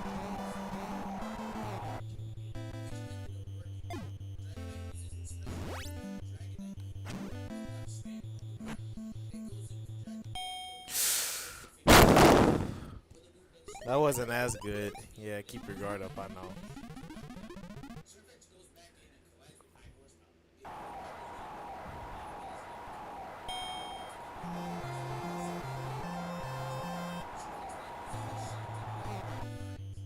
It's gonna suck.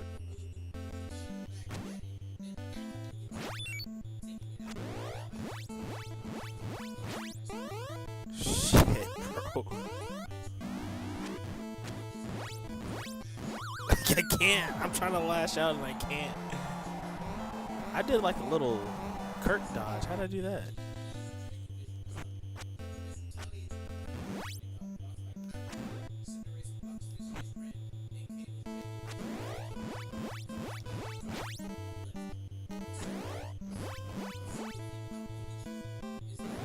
Damn.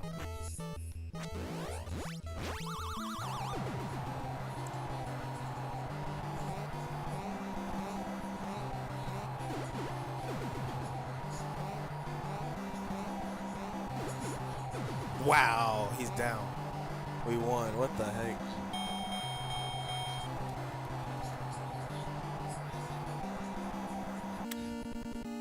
That took a lot to overcome his little fury thing. New champion. Is that the whole game? That's the whole game. Oh, dude, we gotta learn how to speedrun this, right? Let's look out some punch out speedruns.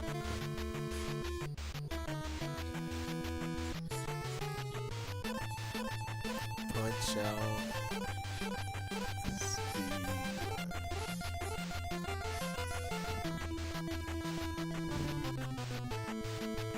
It's not Mike Tyson punch out though. Oh, there's more. The major circuit. Shit, there's a lot more.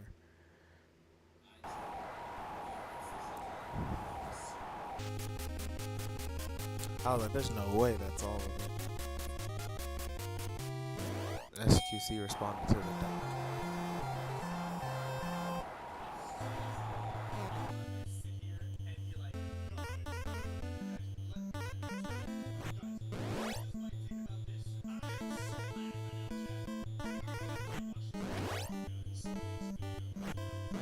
What the fuck? I can't. I literally can't. I literally can't. What the fuck was that?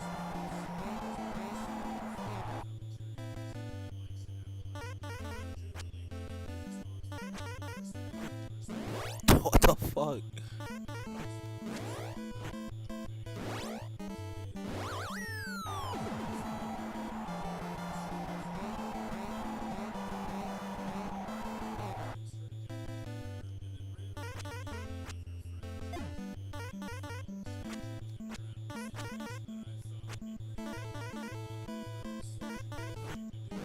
Dude, what the fuck is this shit? What the fuck is this shit? Shit's stupid.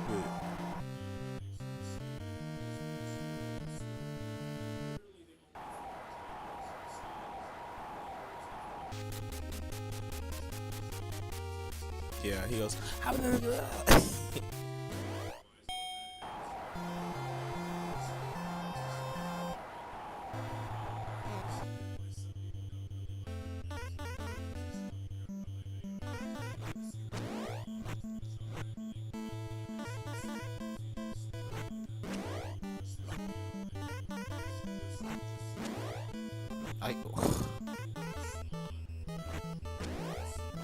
I can't hit him. What the fuck? This is retarded.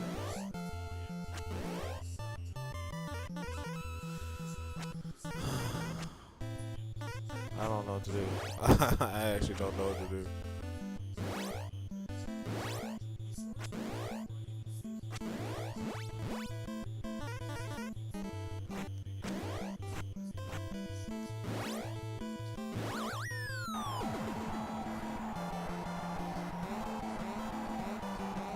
Why he counting so fast?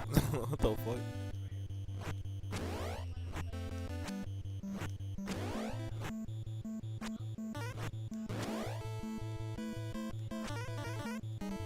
I don't know what to do. Dude, it now I'm out of points bro. And now I'm just at a dance like a fly, bite like a mosquito. And Doc's over here giving me the best advice of my life. Do flamenco. Yeah.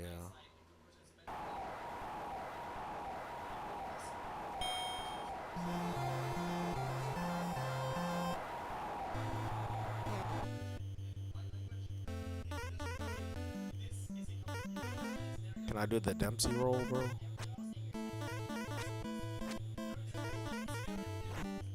Oh, wait, you do an uppercut by pressing up? But it uses your HP, bro.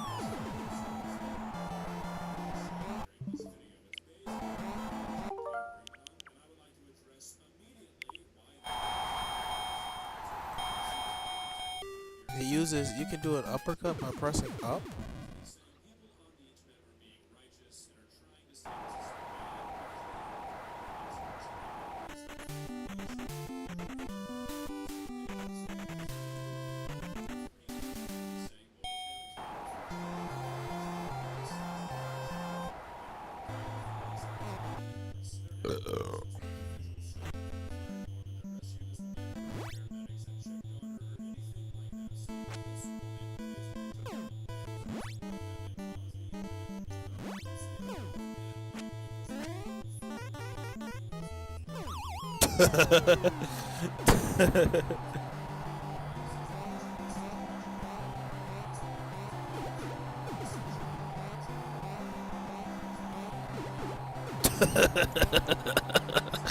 Why'd I knock out Glass Joe so hard? Once I learned how to really do an uppercut, I knocked out Glass Joe in first try.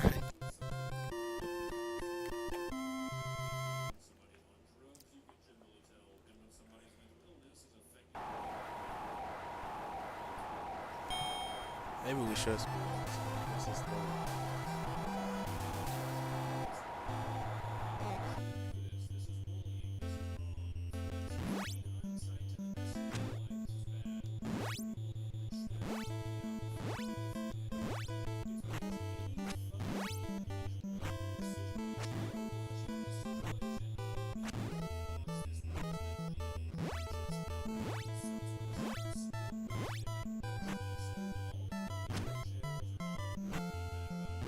Fuck that shit.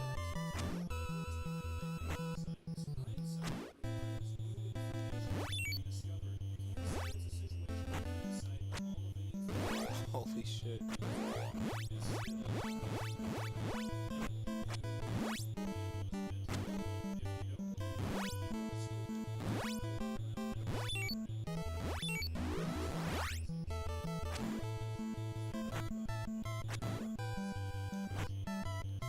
I guess I can't.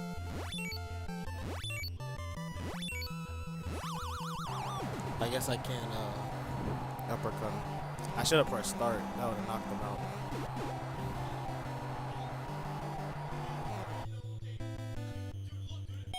Ugh.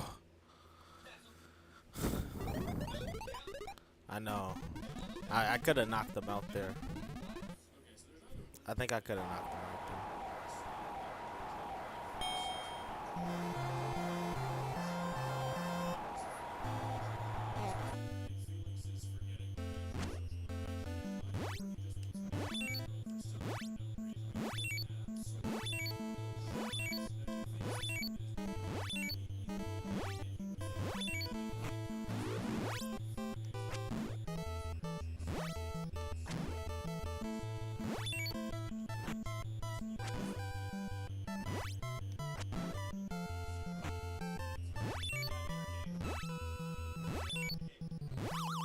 I pressed start. I pressed start.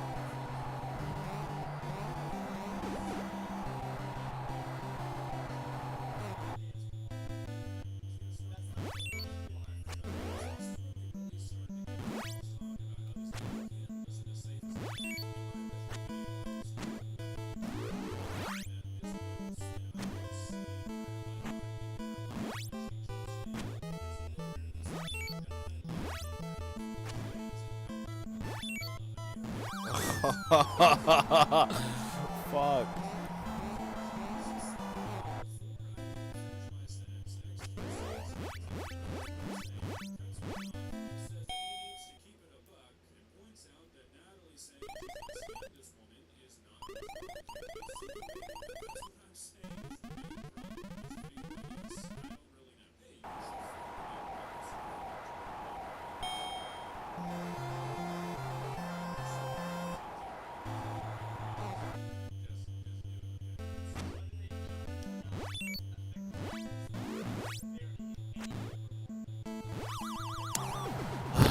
I gotta wait one turn after before I start punching, unfortunately.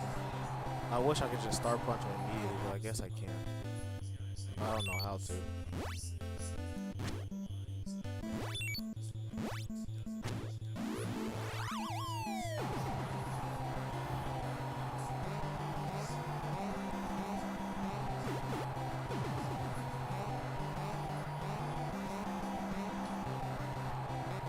Yeah, bring me the Japanese guy.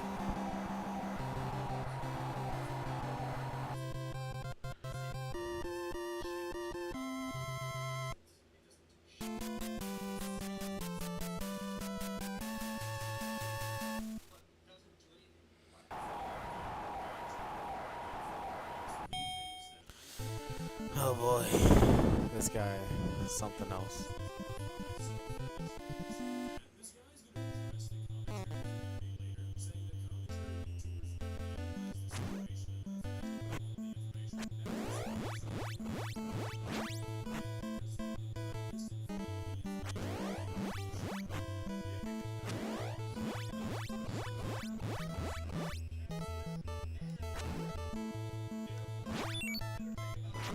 Oh shit.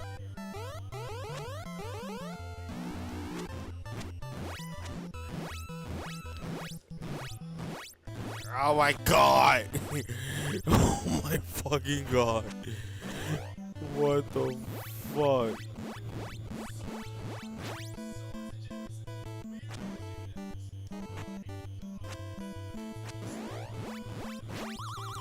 Dude, what the heck? I'm so stupid.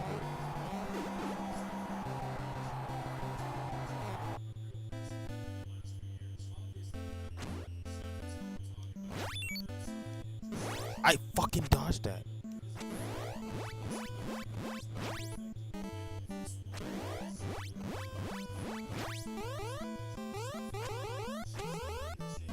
Oh, I thought I could punch him out of it. I was like, maybe I could just punch him out of it. I could not. Ooh. We were about to go at it. Listen, Mac, give him a fast uppercut when he's stunned. What would I do without you, coach?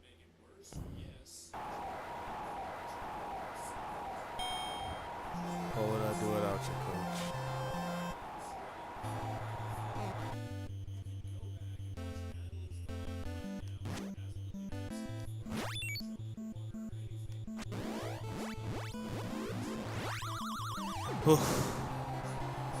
I gave him an uppercut while he was stunned, that's for sure. Get down. Okay, okay.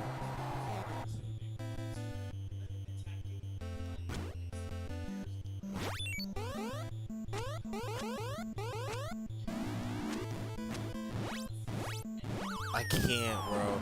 That shit is OD. I was able to fight him one time off that shit.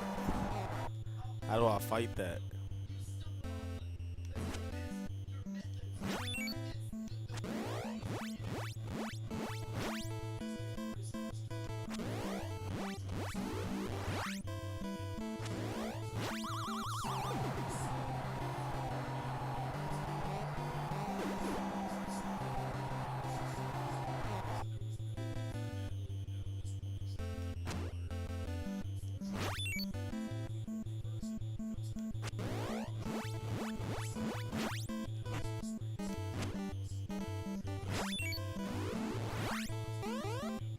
Holy shit.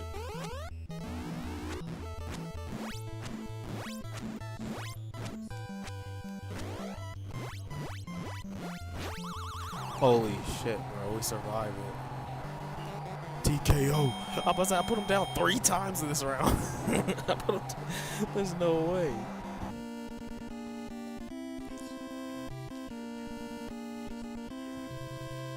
Ugh. I can get through the minor league, no problem now. I can get through the minor league, no problem now. This next one, I'm not so sure about. Damn, Glass Joe was beating my ass.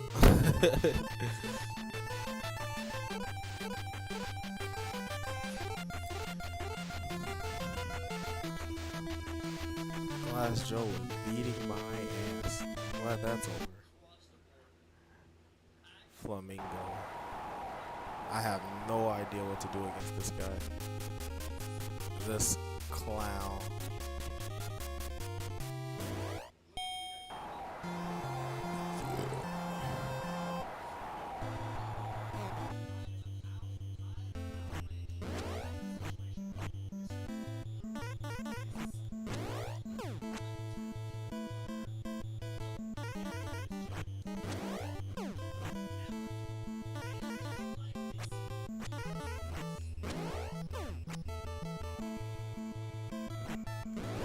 Oh my gosh.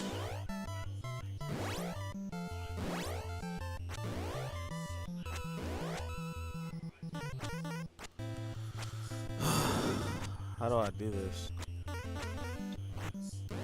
I don't know what to do.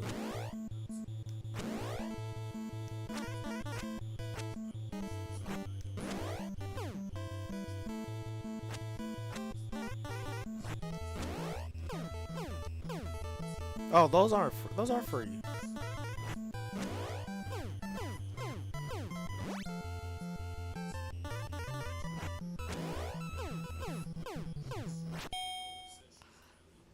They said, "Stop it, Max, stop it." Yeah, I want to.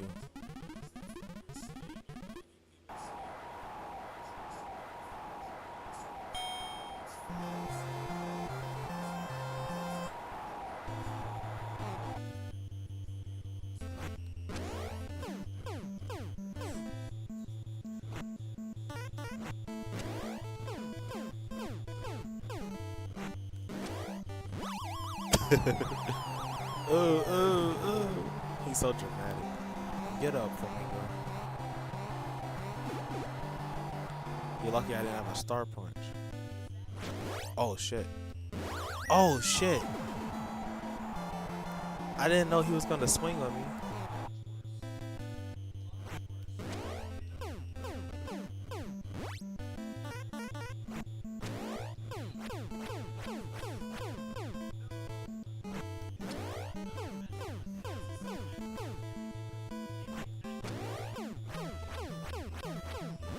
Ooh.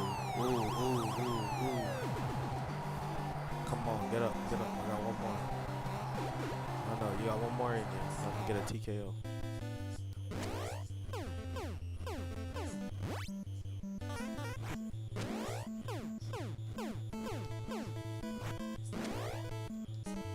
Oh!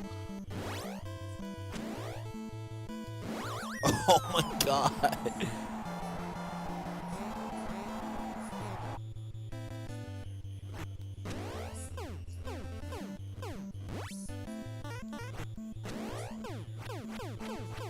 Whoa.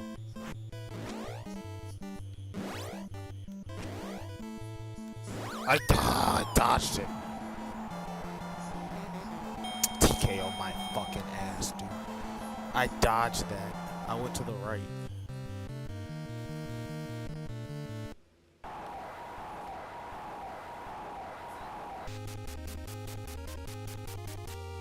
Oh my gosh, this clown dancing like an asshole.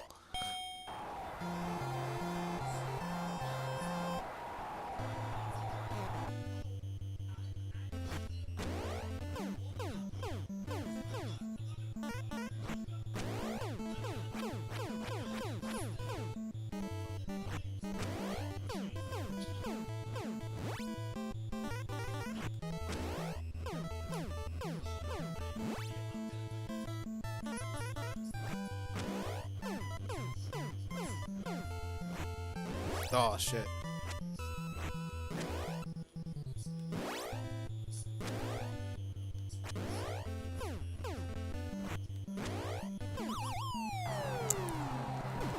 Damn it, bro.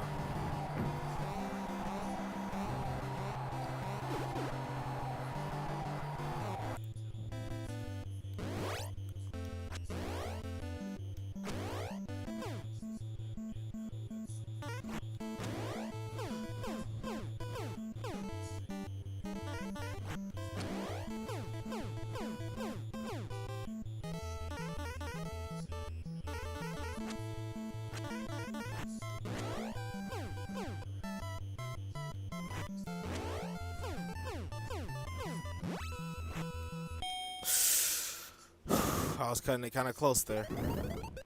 Dancing like a fly. Bite like a mosquito. Hey, Mr. Referee Mario. I like your hair.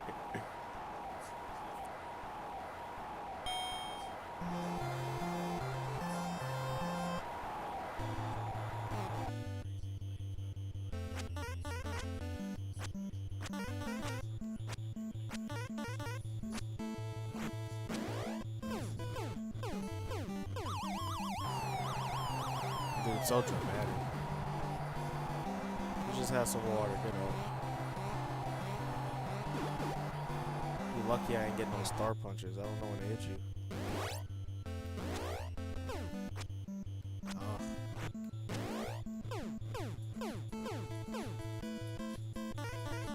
When do I hit him?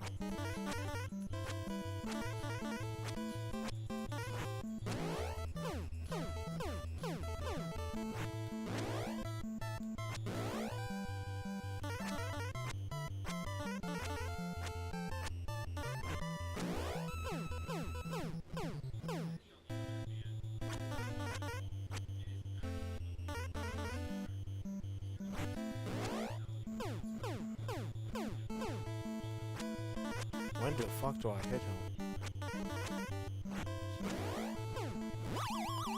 When do I hit him out of that?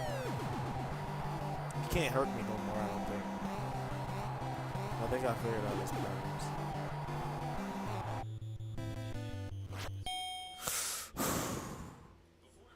Maybe that's a chance I can hit him. Put him away!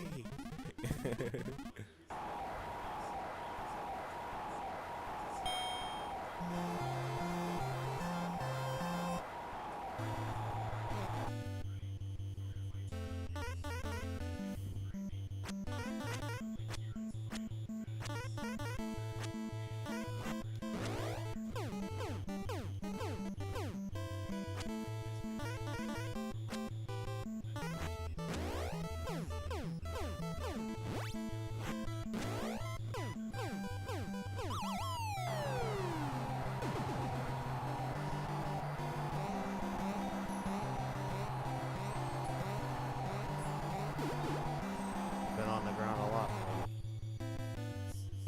Oh, I'm stupid. Oh my god.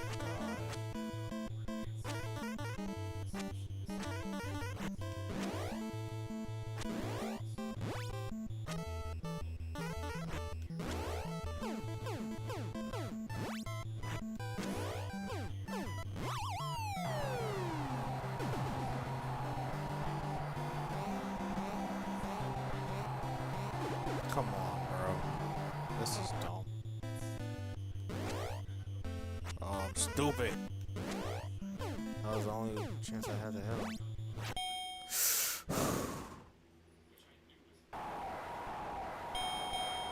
How did he win?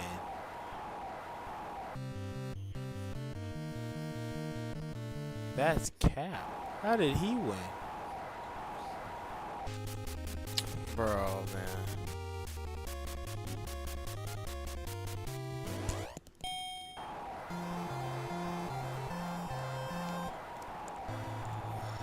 It's too hot to wear my headphones.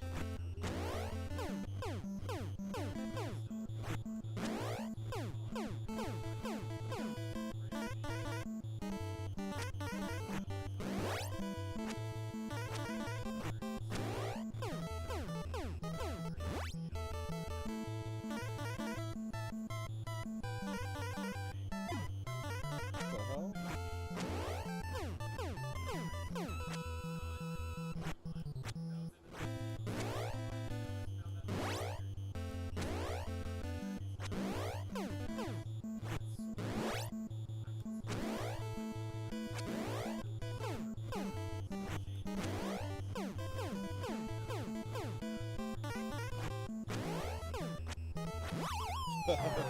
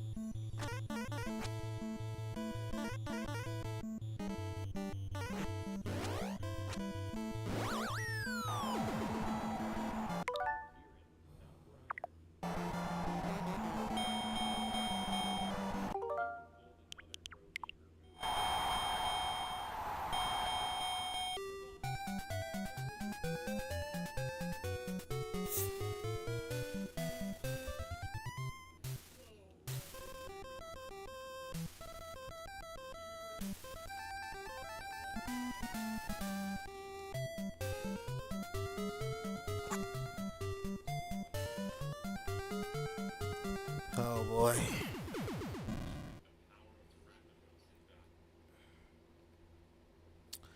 Okay, you should check my recent stream because I've been playing Mike Tyson's Punch Out. This is my first time playing it, and I had a lot of fun. I figured out the minor league pretty easily, but the major league is giving me some issues. So I just want to show one quick run. I think this will be a game I speed run in the future. Come on, Glass Joe.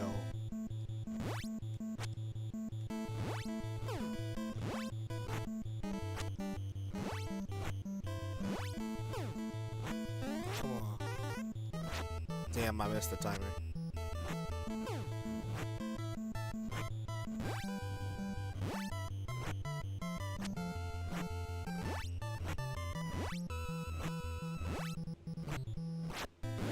Oh. I'm dumb.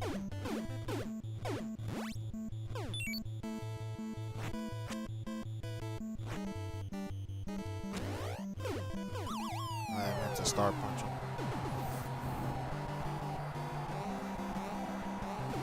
I'm still learning the controls. This is fun though. There's a lot of different interactions. It feels fun. Oh my gosh. Oh my gosh.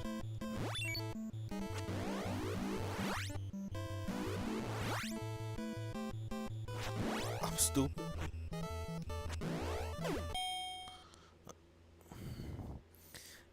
Timing your punches. That's the I see where you have to time your strong punches, and I see where like I beat Glass Joe in one round before. I wish I could have done it this time, but it's hard. It's you gotta really get used to the game. Oh my gosh. That should knock him out. Get up from that, Glass Joe, you bitch. That's what I thought. Oh! Alright, you got some fight in him. Come on, Glass Joe.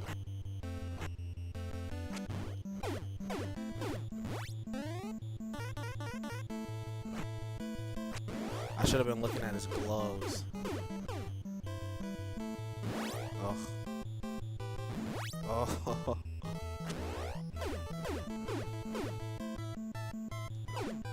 He's stunned. He's stunned.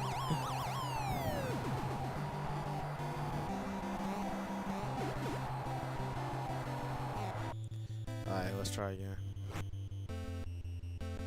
Oh my god.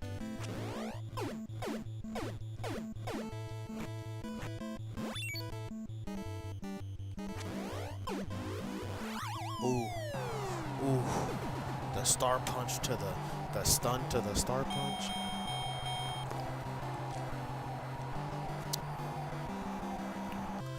I want to start over, but whatever. I'm gonna lose to the first guy at the major league anyway. This guy, he might be my favorite to fight.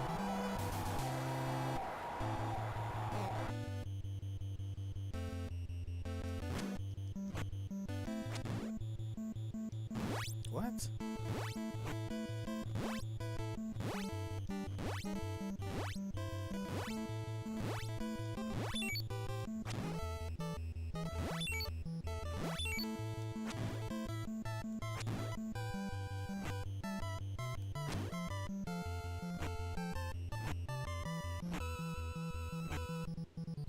I'm so scared. What the fuck?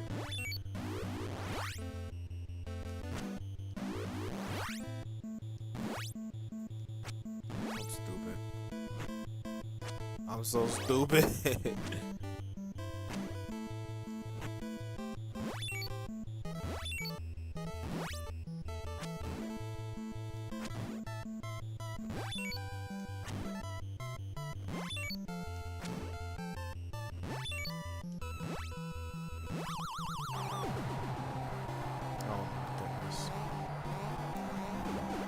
This shouldn't be that hard.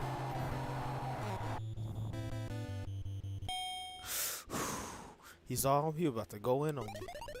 Listen, Mac. Give him a fast uppercut when he's stunned. Gotcha.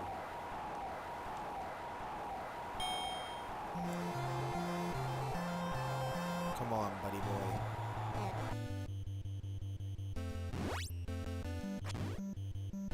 That's why I always dodge the first one.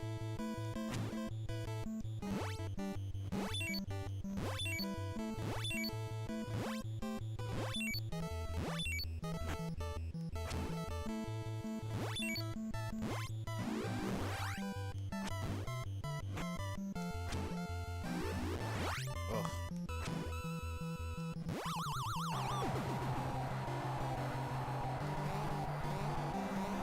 I tried to stick KO. It wasn't going down like that.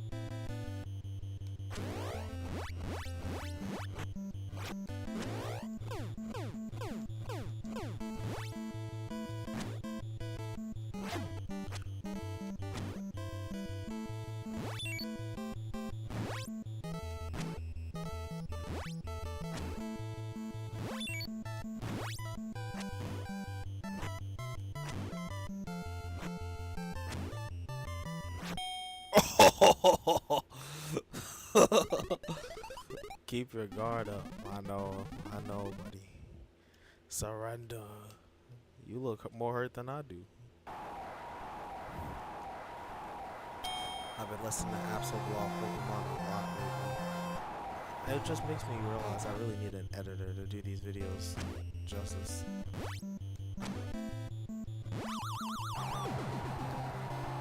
I tapped him. I barely punched him. Look, he's faking.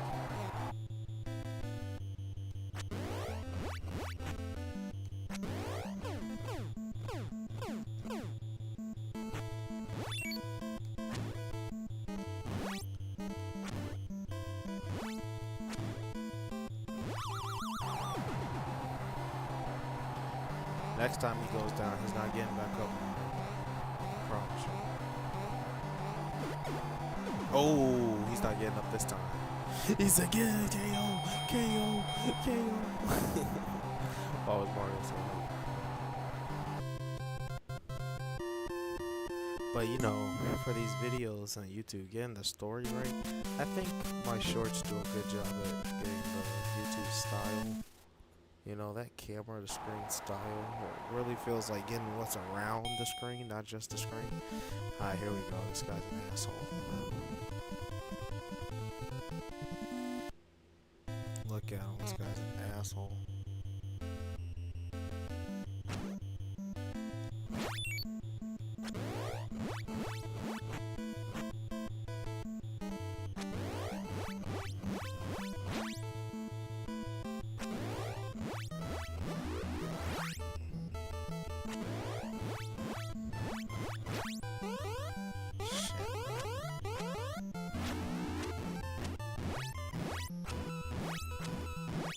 I can't block it?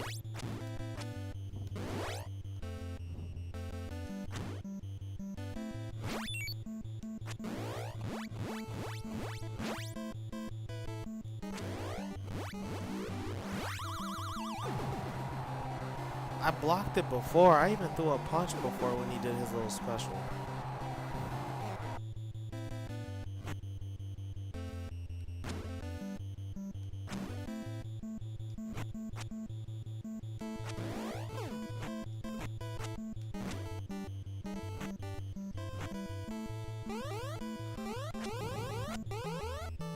Damn it. Oh, buddy. That shit is OD.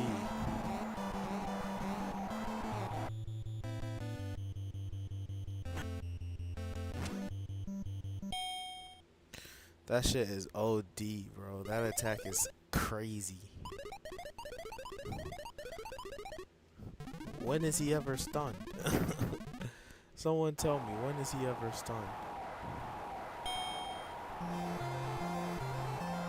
That shit was OD.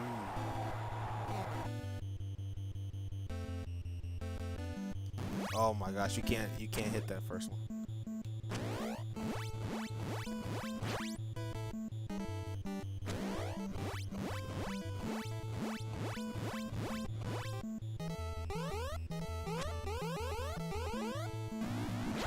Got him! bitch. Yeah, yeah. What now, bitch? Yeah, yeah. Got him. I said, wait for him to come in for me. Yeah. Wait for him to come in on me.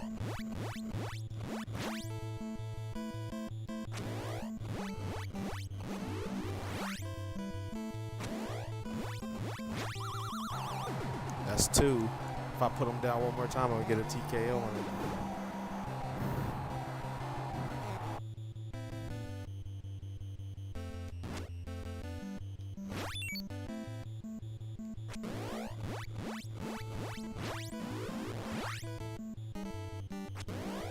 Oh, I should have uppercutted him. Fuck, I should have uppercutted him. I didn't uppercut him, but I got TKO. Dude, that was sick. He did his little special move. I uppercutted him straight in. That was a counter punch. That was sick. That was sick.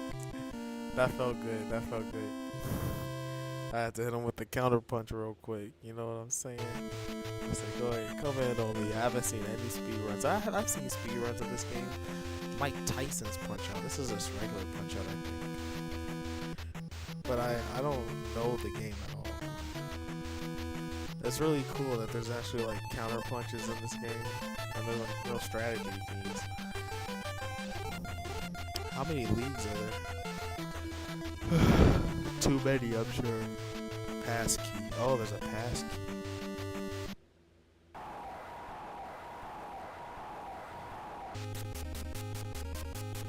I could just save state and practice every section though.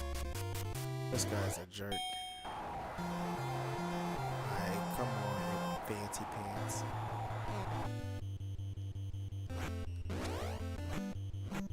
Shit. They don't give you anything. Ugh.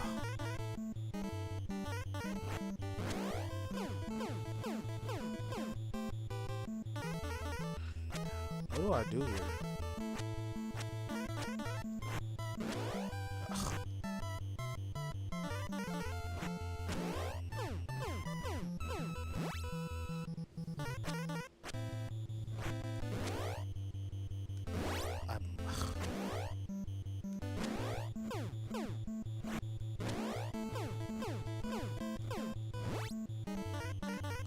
What the fuck do I do?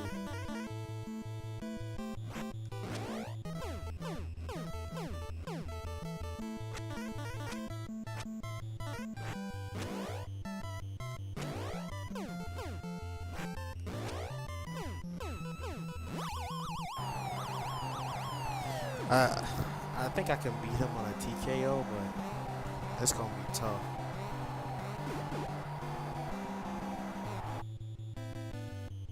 Oh shit.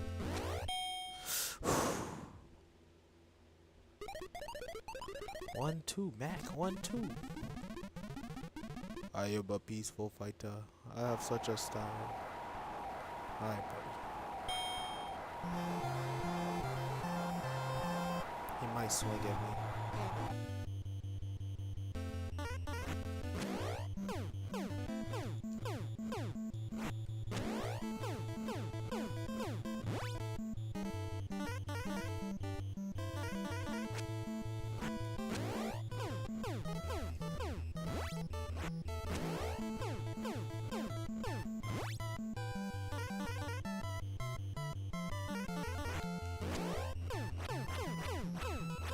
Ooh. I don't know where any of his star punches is.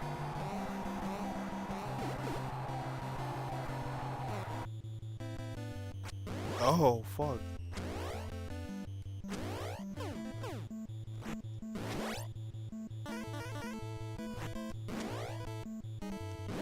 Ugh. I moved.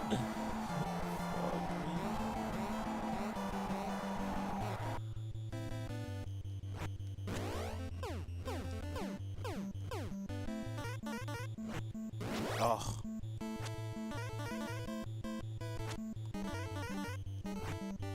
I can't, I didn't have an HP, fuck.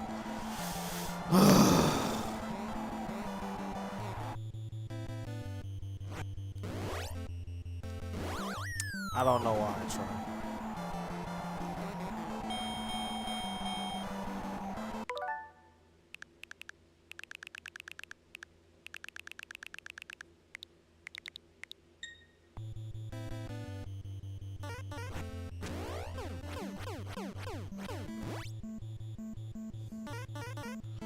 What is this shit?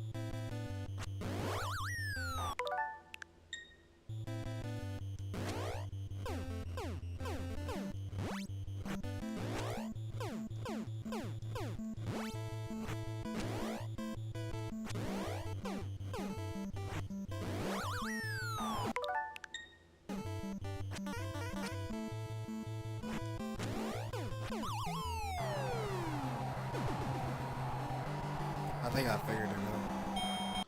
It's whenever his the gloves need to be down. I want to speed run this shit. The speed run is probably literally like 20 minutes.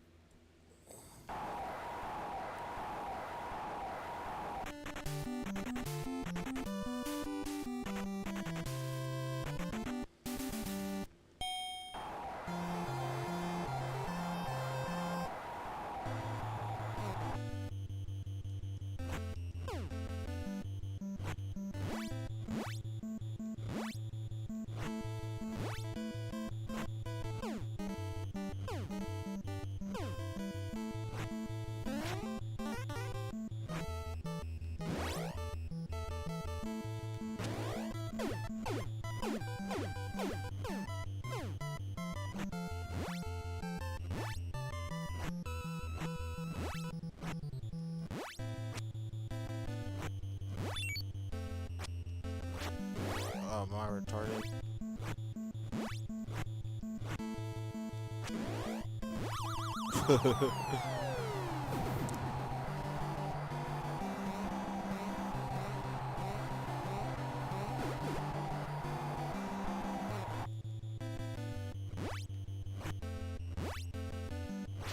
I'm so stupid.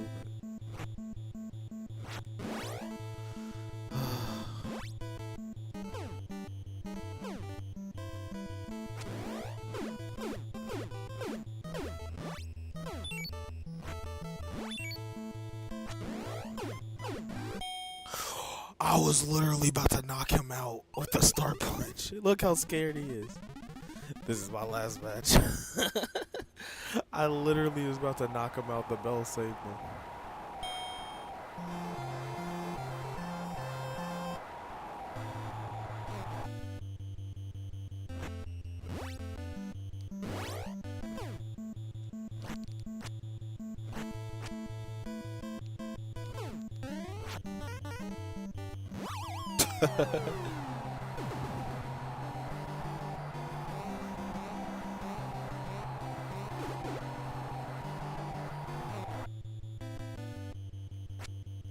I'm so fucking stupid.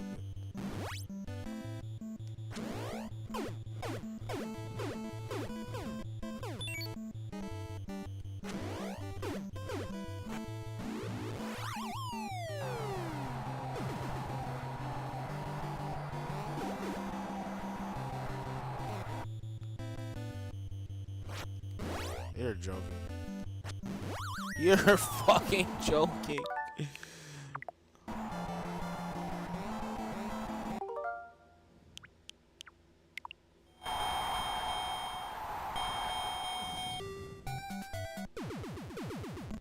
Dude, if you're not knocking out Glass Joe on the first round, what are we doing?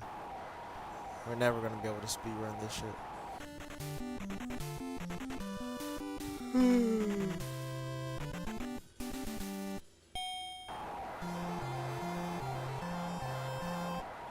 Let's see if his gloves are up or down.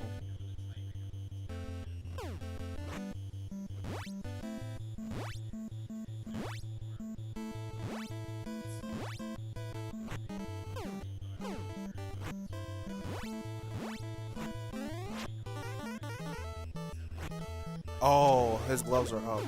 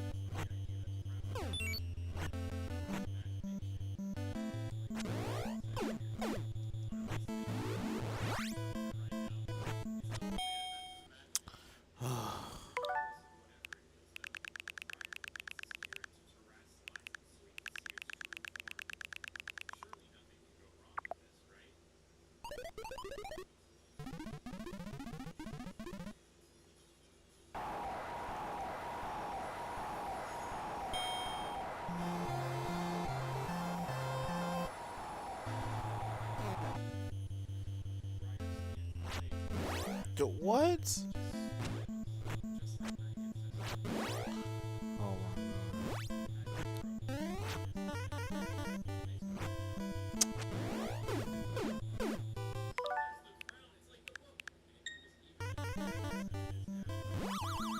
Yeah.